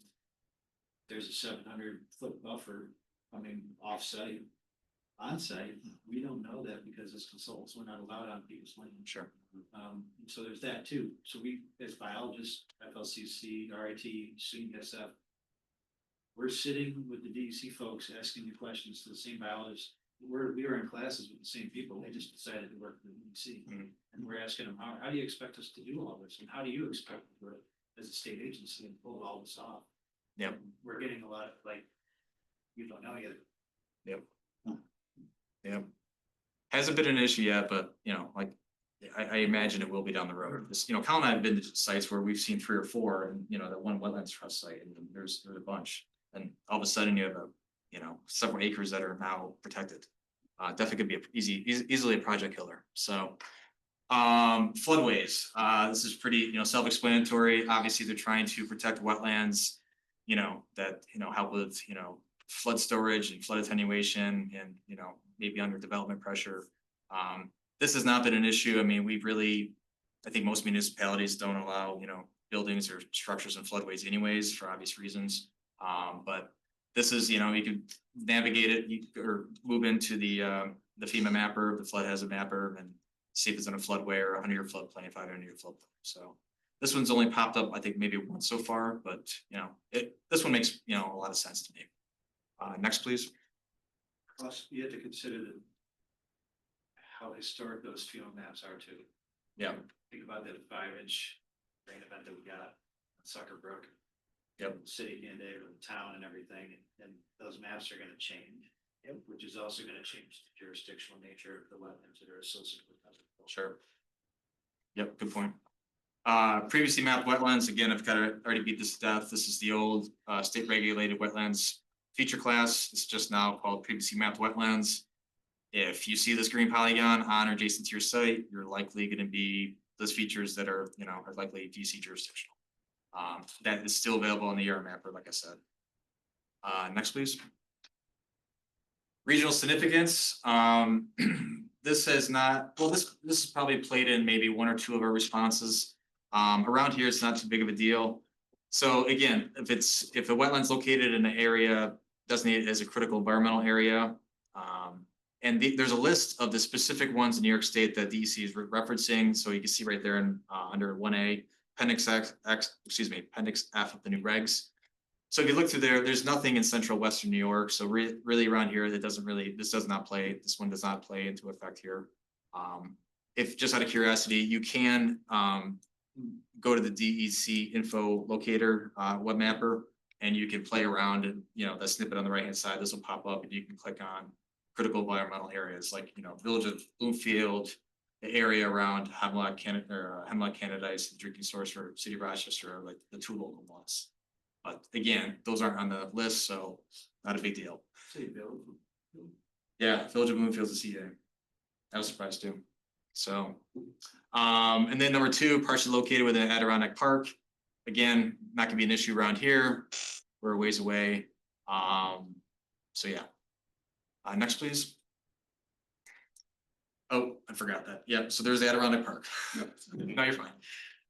So the last one, important for protection of New York State water quality. Again, this is kind of a catch-all, I think. There's very little literature or very little language in the New York State regs what this entails, and basically it's just at the discretion of the DEC. So if they can make evidence that there's significant importance to protecting the state's water quality, it will give them the power to assert jurisdiction over that resource. Again, this has not come up at all, so I think, I don't think this is gonna be a big one. Haven't seen it, come up in that JD request yet. Next, please. So, so how do you know if a wetland on your property is DEC regulated? Again, last year you used to be able to zoom in on the air mapper and see that green polygon pop up. That's no longer the case. So now they have a system in place, and I'll be nice to DEC, but it was an absolute nightmare earlier this year on going through this process because it was just very convoluted. Things have been streamlined since, but they don't know what's going on. Anyways, the very basic approach is to submit a parcel JD request, and it's an online form on the DEC website. You provide the basic info, site location map, which parcel, any additional information you may have. You submit that to the Capitol office in Albany. And from there, once submitted, they have 90 days to review. And upon the 90 days being up, you would then have to, if they have not responded, you then submit a snail mail package with the same application items that you've already submitted to them. Send it to them, certified mail, and upon receipt of that, they have 10 business days to respond. And at that point, one of three things can happen. They can provide a Time's up. right. No problem. So once the 10 days are up, or excuse me, three things can happen at that point. DC can respond with a positive JD saying, yes, there are wetlands on your property. They can respond with a negative JD saying, no, you're good to go, or they don't respond at all. We've had all three happen so far. I think 2 or 3 times now they have not responded at all. And when that happens, that means they waive jurisdiction on that parcel for 5 years of any resources on the state level. Again, you still have the feds or maybe locals to deal with, but and that has happened a few times. If you do get a positive JD, so that there's a wetland on your property, then you have a couple options. You can reach out to DEC and wait 5 years for them to come out and delineate it for you, or you can hire a firm like Deluxe to have us come out and do a delineation and prepare a wetland report. And within our wetland report, we'll do a desktop review of those 11 criteria we just went through, and just provide our professional opinion. Again, not stressing that it doesn't alleviate this process, the need to go through this process. So once once we complete the delineation, we can, on the consultant side, we can submit what's called a parcel JD consultant option. And that's a little more in depth than the initial parcel JD request. We tie in our wetland report, additional details, a summary of our findings, what we think the wetlands on site are classified as, cover types, all the information that DC need to help them vet and review internally. And from there, DEC may ask to schedule a site visit to walk and verify our lines. They typically do, and basically just make sure that their desktop review jives with what they see in the field. And from there, they'll provide a document, and it'll say Deluxe did the delineation, we identified 8 wetlands. So they would provide a report saying, wetlands 1 through 4 are DEC jurisdictional due to, being in an urban area. Then they'll say, wetlands 5, 6, and 7 aren't, and wetland 8 is. So then you have a definitive response you know, and you could design, you know, potentially design around it to avoid, you know, permits. Obviously, that's not always the case, then, you know, we work with the applicant to prepare our application package. The big thing is that the initial parcel JD is sent to the Albany office. The parcel JD consultant option, which is, you know, after we've completed the delineation, the consultant will, you know, submit it on behalf of the applicant. That is sent to the regional office. So around here, we would send it to the Avon office, these. Because obviously, they're the team that's gonna be field reviewing it, not Albany. So, again, this process was very convoluted initially in January, even February, but it's kind of streamlined now and things are going much smoother. It's just, I stress that get this done early though, because it could be minimal 105 days before you get a response. So over 3 months. Next, please. So how is this going to impact unfinished projects? So say you had a project that was already ongoing, like we do a ton of work on the community solar garden 94C projects. We have a ton of clients, you know, going through this process, had projects already started last year, and they were really curious how this was going to play out going to 2025. So basically, the first bullet point, if the project did not need a wetlands permit, so you weren't impacting the buffer or the wetland, and or it was impacting it, but you had a notice of complete application. You know, that's the first step. And then you had under number 1, you had a FEIS accepted by the lead agency, you had a neg deck for a type 1 or unlisted action, and or you had a written site plan approval from the local government. Then you were grandfathered in under the old regs up until 2027 for minor projects. So under seeker, you know, type 2 or some unlisted actions, and 2028 for major projects, you know, your type 1 projects. So this has been a big deal for a lot of our clients because they were able to not have to change a lot of their site plans, their site design, and really, you know, I know several projects would have been, this would have been a project killer, because all of a sudden they would have a tremendous amount of buffers to contend with. So this is a big deal, and this has really helped out many projects and many of our clients this year. Next, please. I'm gonna go through these next 2 slides kind of quick, just out of interest of time. DEC kind of did away with a lot of general permits last decade, but recently this year they've enacted several, including this proposed wetland general permit. I don't think it's proposed anymore. I think it's actually done with public notice. I think it's probably enacted now. But, you know, basic stuff like say you want to repair, replace, or remove an existing structure or facility in a wetland or the wetland buffer. You know, there should be an expedited way to just, you know, get it done. And this general permit will offer that. You know, very, very routine stuff, you know, cutting down some dead ash, you know, a bunch of, you know, more ash trees than the previous slide that was exempt, but, you know, basically it allows you up to a 1/10 of an acre disturbance in the wetland and the buffer.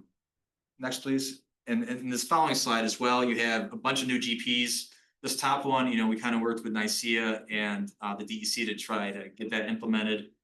You know, it just allows, you know, for 94C community solar garden projects to kind of have a little more encroachment on some wetland, especially ag wetlands, for these projects to, you know, really go through the process.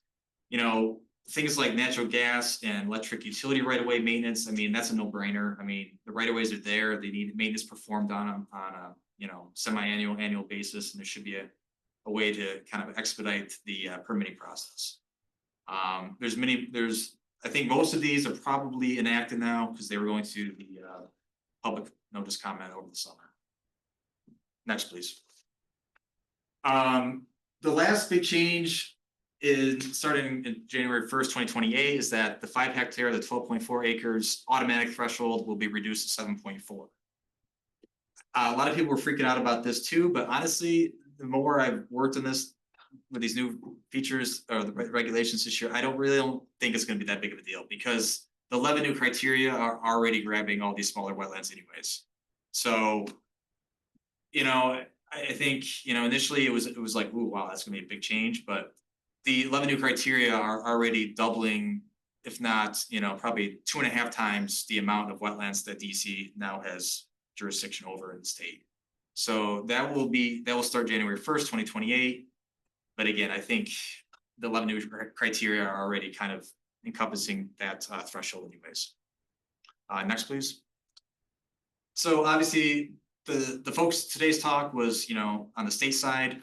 Obviously, it doesn't alleviate the need for, you know, federal and local adherence to code and permitting. So, you know, on the federal side of things, obviously, if you discharge fill into regulated, you know, waters of the US, WOTUS, including wetlands, you know, you're gonna typically need consultation with Army Corps and potentially, you know, a permit.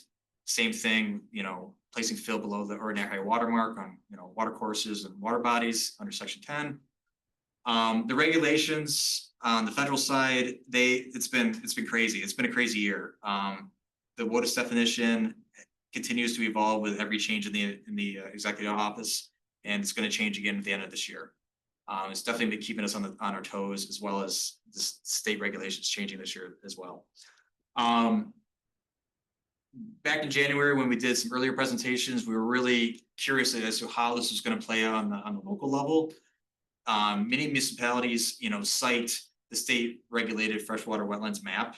Obviously, with those being, you know, no longer a thing, we were kind of curious how the municipalities were going to, you know, amend their code accordingly. So we haven't really seen anything on our end yet. I just presume they'll reword the code to say, you know, upon receipt of the jurisdictional determination from DEC. I don't know how else they would really do it at this point, unless they have their own staff that, you know, are going to be doing these delineations. Again, you know, we can kind of get into in the Q&A about this stuff. You know, Cal and I feel very strongly about the town kind of implementing its own wetland and water course code, and we've talked about that for many years now. But we'll get into that later on. Next, please. Just a quick snippet of, you know, what the code, you know, the town code says now. You know, it's, you know, your freshwater wetland, the definition, you know, straight out of the DEC, applicable by the ECL or federal law. That's pretty, you know, standard operations. And then, you know, 500 square feet of stripping or grading, or 5 cubic yards of material within DEC freshwater wetlands requires a permit. And I think you also have, is it a 100-foot buffer on blue line streams? Yep. So forgot to throw that in there as well. But So Trav, on that though, on a blue line, if we have a project within 100-foot, do we have to wait for a DEC determination? If they want to build within it? You would, well, a delineation probably would need to be done to make sure that you're not going to be impacting any wetlands. Yeah. Again, you know, we could take it case by case, but there's very few instances where a JD is not going to be required now. Because, you know, as consultants, we can advise you professionally all we can, but we don't have any regulatory authority, you know, so. Yeah, we deal a lot with blue lines. Yeah, yeah. And the blue lines are being brought in from USGS total mapping. I think so, yeah. And how frequently is that being updated? Yeah, that's, you know. Yep, for sure. I think that's about it. Next, please. Yeah, so I'm not gonna go through all this stuff, but you know, the main key takeaway is that, you know, start the process early. I mean, these are taking forever to get through. And then, you know, once you wait the 110 days just to find out you have a positive determination, you know, then you have to navigate the whole permitting process and the avoidance and the minimization of impacts. And it's a very lengthy process, and it's been challenging as a consultant, you know, getting through it, but you know, it is what it is at this point, and we're happy to have the work. So at this point, I'll just, you know, open up to any general questions you guys may have. So how might this impact development and or redevelopment on lake properties? Well, lake properties are already quite developed. I mean, I'm trying to think of an instance. My folks live on Dual Road, you know, just by Wegmans Organic Farm. I'm just trying to think of, you know, an instance where, you know, we've seen wetland features along the lake. I mean, I don't think between the homes, parking lots, and the manicured green lawns, there's really an area of potential wetlands, you know, at least on. So Canandaigua was not considered an urban area?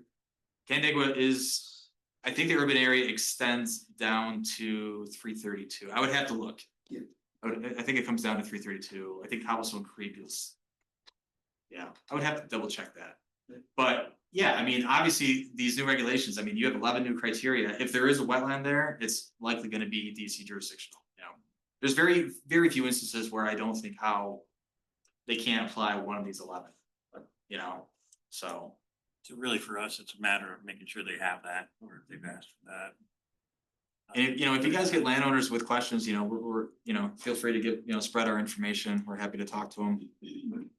Because Your question is gonna have a significant impact on the Blue Line frontage. My thought was that could we normally have been given some sort of leeway? Yeah. On 100 foot.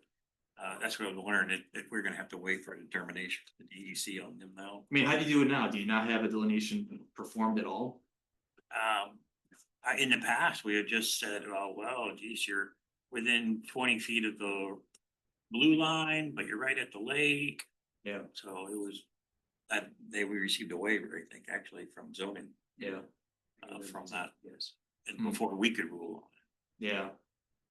Yeah, I would just be careful with that, because with these new regs, I mean, everything's regulated. So I Yeah. mean, it's. I don't wanna be like too, But that supports the drive to. Yes, oh, I know So what you're is- going, yeah. There's Yeah. no special use permit process for like an impact to that stream buffer, it's a variance. Yeah, it's a variance. It's a variance. Variance. That are almost unilaterally approved. huh, They have been denying more variances recently. You can ask Green, she's the secretary. So we, you know, we worked extensively, Travis and I, you know, over the last 25 years, in the New York City DEP drinking watersheds. Where most municipalities have existing wetland, water body and water course protection code, separate individual code. Potentially including 300-foot buffers. yeah, it's far more stringent With than the state or special feds. permit fees that actually facilitate a staff member being able to go out, verify site conditions. Yep. Collect some GPS, whatever needs to be done, there's some method of collecting a current special revenue. use permit fee. Generate that process, and typically we were working with a county-wide wetland specialist that would come out and work with us, that worked with multiple municipalities on that level and help guide them through the process. And they again were typically a consultant. But we have lived here our whole lives. Yep. I see, and we all see the cyanobacteria issues, right, that happens. It does not make sense to us as biologists to not have protective code on our upland aquatic resources that feed the lake, that influence those abs. I find it kind of hard to follow, to be honest with you, because we have been talking about this topic. This is separate from the DEC stuff, from the DEC. But it also gives the town a layer of additional protection if the state says we don't have jurisdiction. And again, leaving it up to the Army Corps of Engineers to protect those less qualified resources. Yeah. Doesn't make sense nowadays. So you know, just from our perspective, we've gone as far as providing 10 different examples from local surrounding neighboring communities, you know, near Rochester that have code. Yeah, Rockford's got a good one.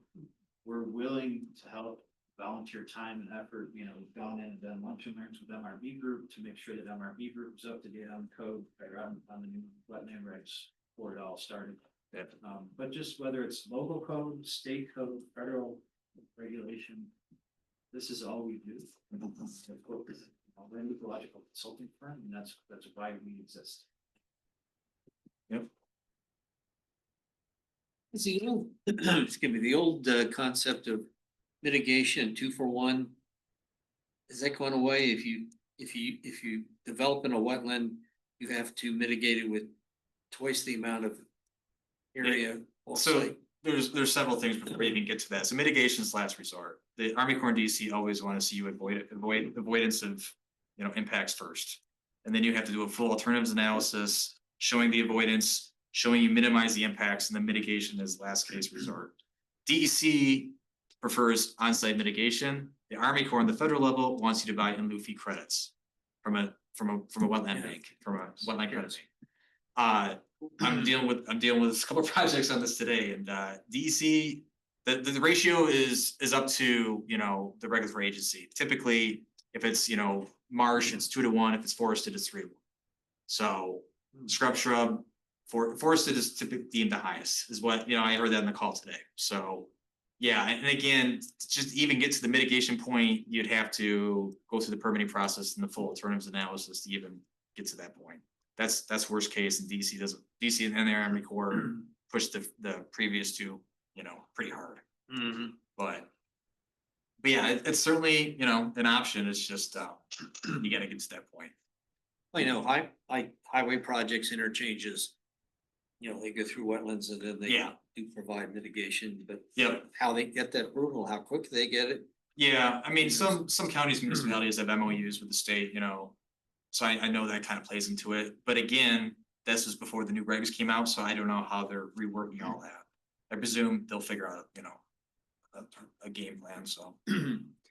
Eric, I know in our conditional approvals, we, if required, we have that as a condition, they get JD and ordinary year CDs. And as Travis said, I think the applicant working on that approval even prior to coming in here with a plan probably makes sense, because otherwise 4 to 6 months. You don't need a plan to submit a JD request. I mean, just to find out if there's something on your property, you just do the online form. You know, and get it underway, because like I said, it could take easily 3 months. Where does the Encore data come? Sherry at the county, I believe that she switched up their wetland maps to the informational wetlands. Yeah, I think she might still have the previous wetland map on there too. yeah. I mean, it shows national wetland, DEC wetland, and informational wetland. So we are pulling from the same sources. Yeah. Yeah, it should be. The urban area, there was a lot of US Census Bureau layers, and that was definitely some confusion on multiple parts, but if you just go to that link, that's in our slideshow, that's the correct one. And I know a lot of the county folks were also on the informational calls during the development of the regulations and everything that we were on, so we were a lot of city folks, city calls. Yeah. County, I think Ontario County does a great job keeping up with. Yeah, you should tell Sherry to relabel that DEC wetlands. Just call that previously mapped wetlands, because again, that's gonna be very misleading for the public when they're using Encore. Do you expect there to be changes to the now current regulations? Like, it seems like there's a bit of pushback. There's a lot of pushback. There's several big cases. There's litigation going on that's, you know, suing DEC for overreach, so to speak. I think for the urban area one, I think that one might be kind of brought in a little. That's just what I hear from DEC. So what is the process once a determination happens to have something changed? So DEC determines that something is not.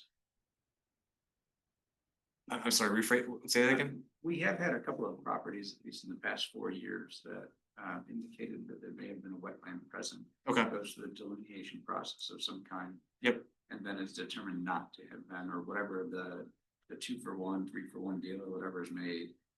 And then it changes on the maps that we look at. Yeah. I'm curious, who updates that?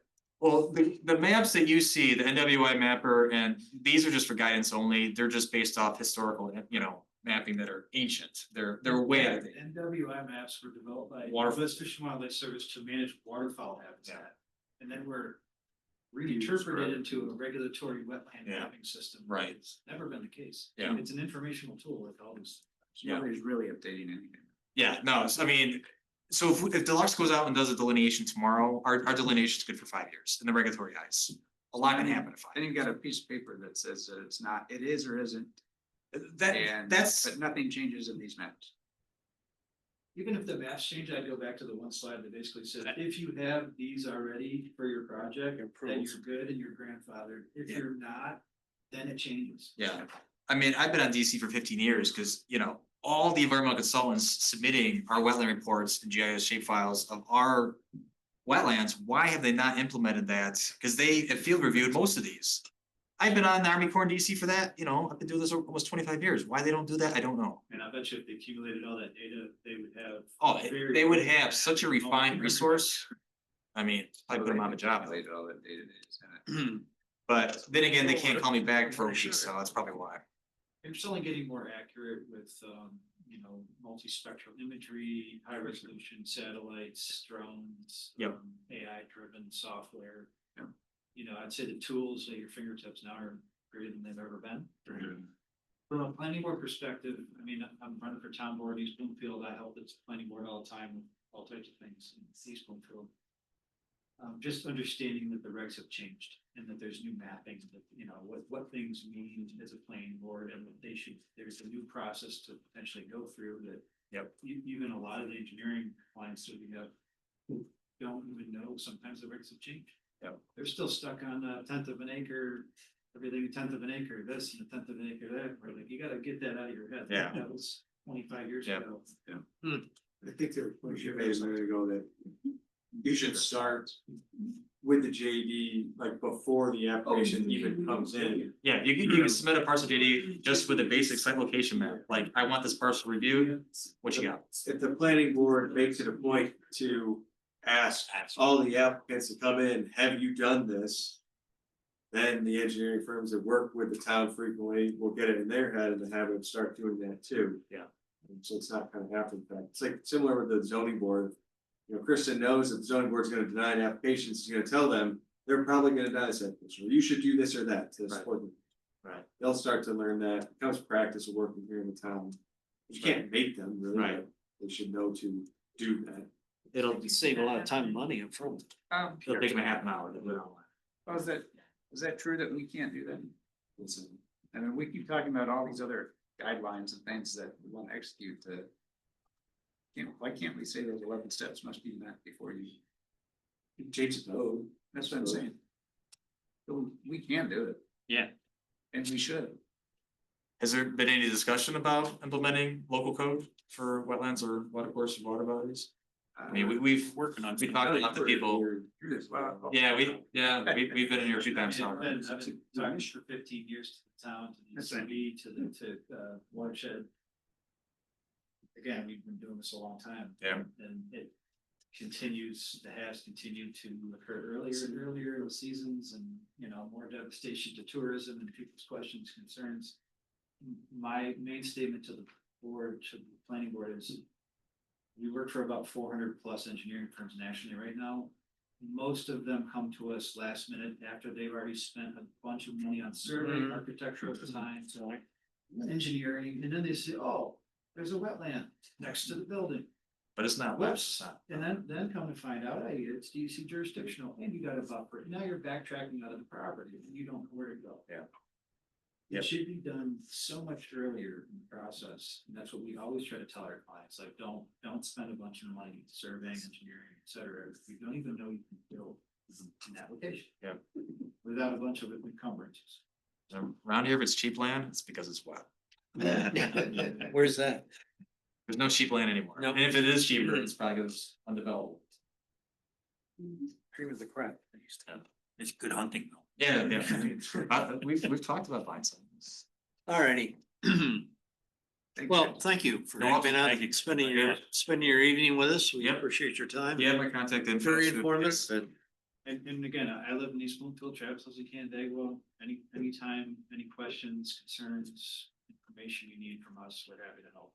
Your company's all local, right? Just right here, right? Yeah, we work, Just- so again, Yeah. The majority of the work we do, we have a small ecological group of about 5 full-time. And then we have about 20 full-time environmental monitors working across New York State on Article 7 transmission lines, 94C solar, as well as Article 10 wind farms, providing environmental monitoring lines during either for the contractor or the project sponsors. So, yeah, we do a lot of large-scale energy work. I also co-own an agrivoltaics consulting firm based out of Canandaigua. It's Fernando Sobran, Melanie Sobran. Okay. Where we create sheep on solar projects to reintroduce agricultural practices back into the solar. Yeah. Yep. You guys know the pressure. So, So well, actually, on that topic, are there local examples that work? Right in my backyard, yeah, we have sheep flocks on 64 North in East Bloomfield, we have a flock on 5 and 20, we have a flock on the table. That are all Where are the currently ones on 64? grazing. Oh, right behind my house, actually, in my back, right up against my back parcel boundary, which is what started the whole concept, thought process. So you're coming off of 5 and 20? Yeah, on the if you go and take a right, if you're coming from Canandaigua, take a right on 64, Yeah. 5 and 20. Yeah. You go about maybe 2-3 miles and it's on the right, and a setback. Oh. John Bennett's farm. I know where that is. Yes. Yeah, I know right at when the I edge left of that it. project up against our house. I didn't realize my that initial was- reaction was like, oh boy, community solar right in my backyard, and then I thought, well, better quiet neighbors than, a residential subdivision. And then I thought to myself, how could I make money and make sure this works, right, because they're consuming farmland, and that's a big source of contention for us as conservationists too. Oh, yeah. Learn more about sheep grazing and, Solons are PhD Cornell folks and brilliant. But the agri park is working. It is, so far, yeah, the farmers are happy that own the land, they like seeing us grazing, the sheep are grazing the grass down, How long has it been rental? only a year, the business. Yeah. But no, I'm saying it's been farmed for a year as well. The agri portion has been up and running for a year. We're only grazing sheep. Yeah, there's no farming, just Yeah, there's grazing. no active agricultural. And that's what I- It's the sheep grazing. Yeah, I don't know all the right. And we're also breeding on the solar site, so we have a ram with our ewe flocks that are breeding, and then we'll lamb off site, and then we'll bring sheep back out. But the piece related to the grazing, keeping the upkeep of the property, that's working. We have to mow. Instead of 6 times a year, we mow like once or twice to knock down the woody stemmy stuff that the sheep don't want. And over time, year after year, it perpetuates more lush herbaceous vegetation that the sheep prefer. Are you doing anything other than sheep hunting? Are you doing bees? Are you doing other farming? No, I've talked, ultimately, again, this is my source of contention. There's no enforcement behind agrivoltaic units. You have all these companies come in and saying, we're gonna do this, we're gonna do that. Where's the enforcement? Who has the ability I think to you're enforce it? preaching to the choir. Yeah, definitely. And I know about your projects that are forthcoming, I'm aware of some of the projects, quite a few. Yeah, so we try to pay attention to that by putting it in the approvals, so that it then gives code But enforcement again, something to. is code enforcement qualified, trained to be able to go out and say agrivoltaic successful, yes or no? Well, they don't have to determine success, they have to determine that we said it needs so many trees, we said it needs so many animals, we said it needs that. Be And they can do that piece of it, you're right. And maintain. Those departments will always be under resourced. Sure. But just trying to balance pieces of it, I mean, I think we should just cover every parking lot, commercial building in it, and then we solve that. If solar companies could do it as cheaply as they could plop solar in a farm field, they would, and they would have been doing it, trust me. And again, we're in the solar organization conferences, we're trying to educate them. Whether it's wetlands, whether it's agrivoltaics, whatever we can do, we're conservationists, the energy has to come, I believe in energy diversity. And having a diverse portfolio versus all eggs in one basket, putting the cart before the horse, On the freshwater aspect, shifting topics a little bit, are you working on any monitoring? Yeah, we do a lot of agricultural monitoring under Knives Dam. And that's why I was saying for monitoring and enforcement of agrivoltaic commitments on a project, it would make more sense to push that to the agricultural monitoring. Okay. Versus Sorry. the code enforcement. Yeah, so I'm asking a different question on this one, so I'm thinking of lake monitoring.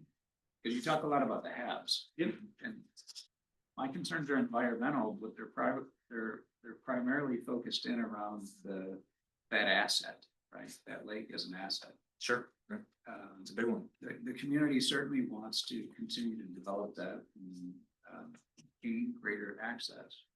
Are you working on methodologies, or are you familiar with methodologies that can be implemented from a monitoring perspective? So let's say we allow a project that we then say, in exchange for allowing this project that normally wouldn't fly, you have to do this monitoring, whatever that, I don't know what that is, to demonstrate that you are doing no harm. I can think of some examples, yes. Yeah. I can think of some examples of projects that have come and gone, and as well as some solutions that are current advanced technologies that would be implementable. So what I'm actually looking for, and this is all me right now, I don't know how the rest of the board feels about any of this, but it's looking for mechanisms that we can put in place that we can then have the developer or whatever whatever that human is that's controlling it, that wants to do this thing, that we say, okay, we'll approve it, if you're gonna be smart, and you're gonna do good things. In exchange for that, you have to monitor, you have to help us establish monitoring. That's when I was down in Pennsylvania, I saw a great example, oil and gas sector, they install downstream monitors. Upstream impoundments and things like that for that exact reason, right? They have real-time sensors, real-time alert systems. Whether it's sediment laden water going into the lake, whether it's phosphorus, high phosphorus, there's hardware and software to find anything you want. But again, like how do you do it in the start of the project? You get the developer to say, yes, Yeah. I agree with you, I'm not gonna butt heads with you, and I'm gonna make this happen. I just think it's great. Sort of like SWIP monitoring, like the SWIP. Yeah. Yeah, I mean, Yeah. again, And we you file a do, report. To an we extent, also yeah. do a lot of stormwater pollution prevention plan monitor inspection work for a ton of engineering companies. You have to have the right people out there that are trained properly and that have the right qualifications. There's a lot of folks that are out there doing SWIP inspections that aren't for CPAS, yeah, they're just. Yeah. But yeah, to answer your question, yes, it's possible. I think I can think of a big Probably project. Collaborate with Kevin and the watershed, council too, is, I'm sure he's all over that and probably aware of like funding too, even on the state side to help with maybe a pilot study. Over the past couple of years, I've learned a lot of things that are possible. Mhm. It's just figuring out how to execute. Sure. Because and actually one of my most fun ways of just learning more is I talk to people around Lake Tahoe all the time. Mhm. And it started out because we talk about Lake Tahoe every year all the time. I wanted to see if anybody there knew if we existed. I've proven that they don't. But they've done Finger Lakes? they've done some pretty amazing things with Oh, yeah. control out there that they still do a lot of compromise. Yeah. So they'll compromise for solar for a coverage.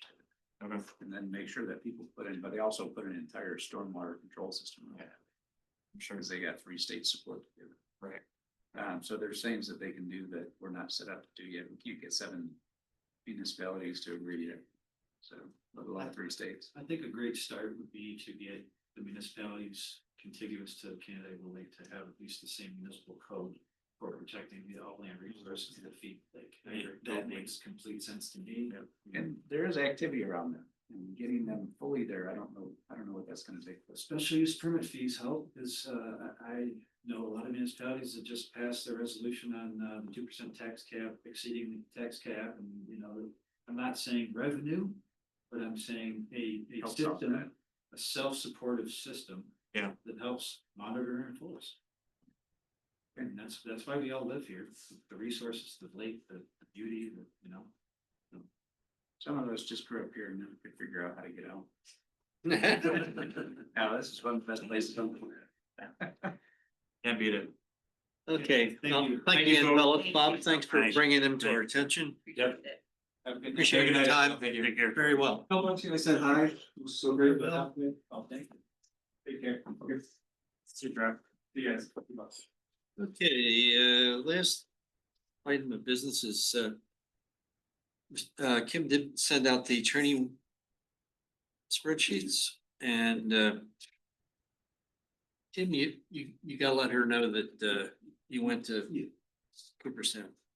That'll get you up, and I think everybody else is in pretty good shape. So, well done. All right, that's all I have. Anybody have anything else for the good group? Do Do you want updates on special projects? Sure. Yeah, sure. Get it over. Was that our update on special projects? Who is gonna take wetlands as a special project? Yeah, we need to figure that out. So, Broad and Chris, both of you, since we talked a little bit about it before, Bob is actively working on some stormwater changes. In the RLD, And, okay, he's been sharing some drafts. I don't know who else you've been sharing, but just you right now. so I think there's some positive activity that's coming from that. I have shared a little bit of it. With Tim as well, because he's motivated around that direction. Sure. So that is happening. Tim's still trying to figure out, I think, where you're looking to plug in and you can be most useful and valuable to the group to a certain extent, but we're finding a lot of stuff. We keep finding as we go through processes and start to learn, we find more content. So we found that Tim found a terrific amount of work that has already been done by the town, tied to some of these topics as well. That had been done earlier in the spring. That I mean, one of the comments today would have just been nice to find a way that we could share that information and make sure that we're aware of it, kind of like tonight. Mm-hmm. So. Yeah, and also the watershed council. I mean, they're engaged with Cornell. Doing monitoring of the lake. So It's just about having the time to educate yourself as to what's already been done. And then, Yeah, don't reinvent the wheel. you know, like we've heard with the DEC regarding change, and there's been some updates in the Blue Book and stormwater manual. It was last year. Some of which is vague, a lot of which is vague. Should or shall. But it's a lot of time and effort to do that, the deep read, the deep dig. You know, we reference different things in our codes. Okay, let's go to each one of those that we reference. What does it say there? So what I'm trying to help Tim to get to is an area that he's willing to take on. We've gotten into a couple of topics, one is the stormwater aspect of it and things tied to it. Another one is line of sight. I mean, I know that's something that we're trying to step into quite a bit. Well, my thought was the site design criteria manual. It's being updated, but I think it's more for the procedural aspects as well as some specific changes in standards as far as water hydrants and stuff that Jim Fletcher wanted to do. But there is in the narrative of that design criteria manual, a lot of things that involve us. And, you know, Tim, you'd be a great guy to look through that. And at some point, it's gonna have to be updated again, because it was done back in 18 when I was involved, and we're doing it this year, and, you know. Anything that we can come up with. The codes refer to the site design. And I know we were talking about adding the vegetative requirements You know, into the site design. I did find one reference that all stormwater management facilities have to route the 100-year flood through the spillway. So they have to evaluate the 2, 10, 25, up to the 100-year storm. Every stormwater management SWIP or plan that requires a stormwater management facility. But it does say that the 100-year flood volume has to pass through whatever spillway is flowing rather than overbank flooding. So I know that's in there. Which should be, Site design criteria didn't food. no, that's us. Have to look through my notes. I don't, it's either 170. Spillway has been taken Or- 100 year, right? Yeah, I think so. Yeah. Anyway, But I think where we're headed with that, just to kind of keep you moving tonight, if you're willing to pick up the site design criteria, again. just for a review and update. If you haven't reviewed it, it's interesting reading as an engineer. I'll put you to sleep, but I mean. No, it actually was the first thing that I reviewed and you had emphasized when I was interested in being on the board. Okay, So, yeah. You know, I used to do to that. do those types of things as an engineer. Mm-hmm. And obviously, you know, drainage and site distance were part of my practice areas. So I have that familiarity. You'd be great at it. Yep. You know, so, Bob, you've done a tremendous amount of work. Thanks. On that already, really appreciate that. I would tell you. Mr. Sunshine. What- Solar. What I really, I think I mentioned to Mark, I would be very pleased if we figure out a way how we can, number one, any tear down or rebuild along the lake has to do pre-treatment. Irregardless of the size of disturbance or anything, if you want something different than what you currently have there, you gotta do your part to protect it. So the way a lot of this is worded now is 1 acre disturbance or 20,000 square feet. I would really like to get down to any project that anybody does. I agree. Hasn't upgraded it. You know, say, like the wetlands disturbance is only good for, wetlands designation is only good for 5 years. You know, the other project that came in for, not Quail Summit, the other, Ferris System Hills. limit. Ferris Hills. Yeah, I mean. They're adding a considerable amount of impervious space. They should be, it should be upgrading. You know, and I know somewhere in our codes, or references, it kind of grandfathers of those types of things, but I think that if you have a phased development and you don't build out the phase for a certain period of time, then you should be subject to upgrading based on current code or science or other governing regulations. You know, like I said, we're experiencing rainfall intensity that is so much different than we have in the past. Now, when you design any drainage structure, it's over a design storm. And that design storm is an average of consistent rainfall over 24 hours.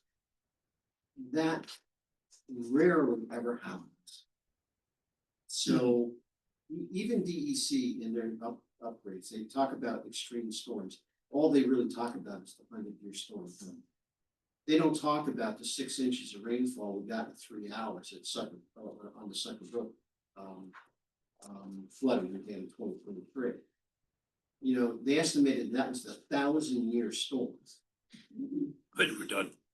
You know, if it was over a 24-hour period. On each for 24 hours. So, you know, we gotta walk before we run, but I think that in protecting the lake and also protecting assets, this upland discussion here about upland wetlands and stormwater management, I think is very important. Very good. So I think we've got them motivated towards that. Thank you for that. Grow to it.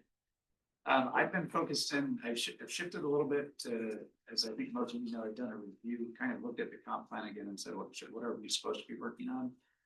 There's not a lot for planning board, which is interesting. So I did jump into starting the dialogue with the town board on lake access. So I've engaged with Jared. He wants to bring a couple other people. We'll start that process more in November. So that's what he's hoping to get through. I've also shared the housing, the county's push right now is housing. Mine is mostly focused on housing. He's got a lot of other stuff that feeds into that, like making sure the county has enough electricity. But so the county is heavily focused on housing. Shared that. I know you're still motivated around, we have not connected on what you want to do with that. Correct. I've suggested definition. As a first step so that we know how we talk through that and then potentially look at code and things as how to. You need to tell me when you want help on that, if you want help and what we can give and what your goal is, and we can help create that for you. Sure. But it might also broaden right now and look at other ways to achieve that. I mean, we use the example just on social media this week. I watched the process tied to the project that we just reviewed up next to Stella's for those 2 lots. All of a sudden, I don't ever chime into these because I don't want to become part of anything like that at least. But people were asking, what is that building for? Because they're looking at the lower cost option of it, trying to figure out if it was available for sale. So and that's why I think the definition of affordable housing may just be lower cost housing. Because I think that concept is another one that if we can enable further, you gotta be careful, I think, a little bit with the modification on square footage. I think it's been called workforce.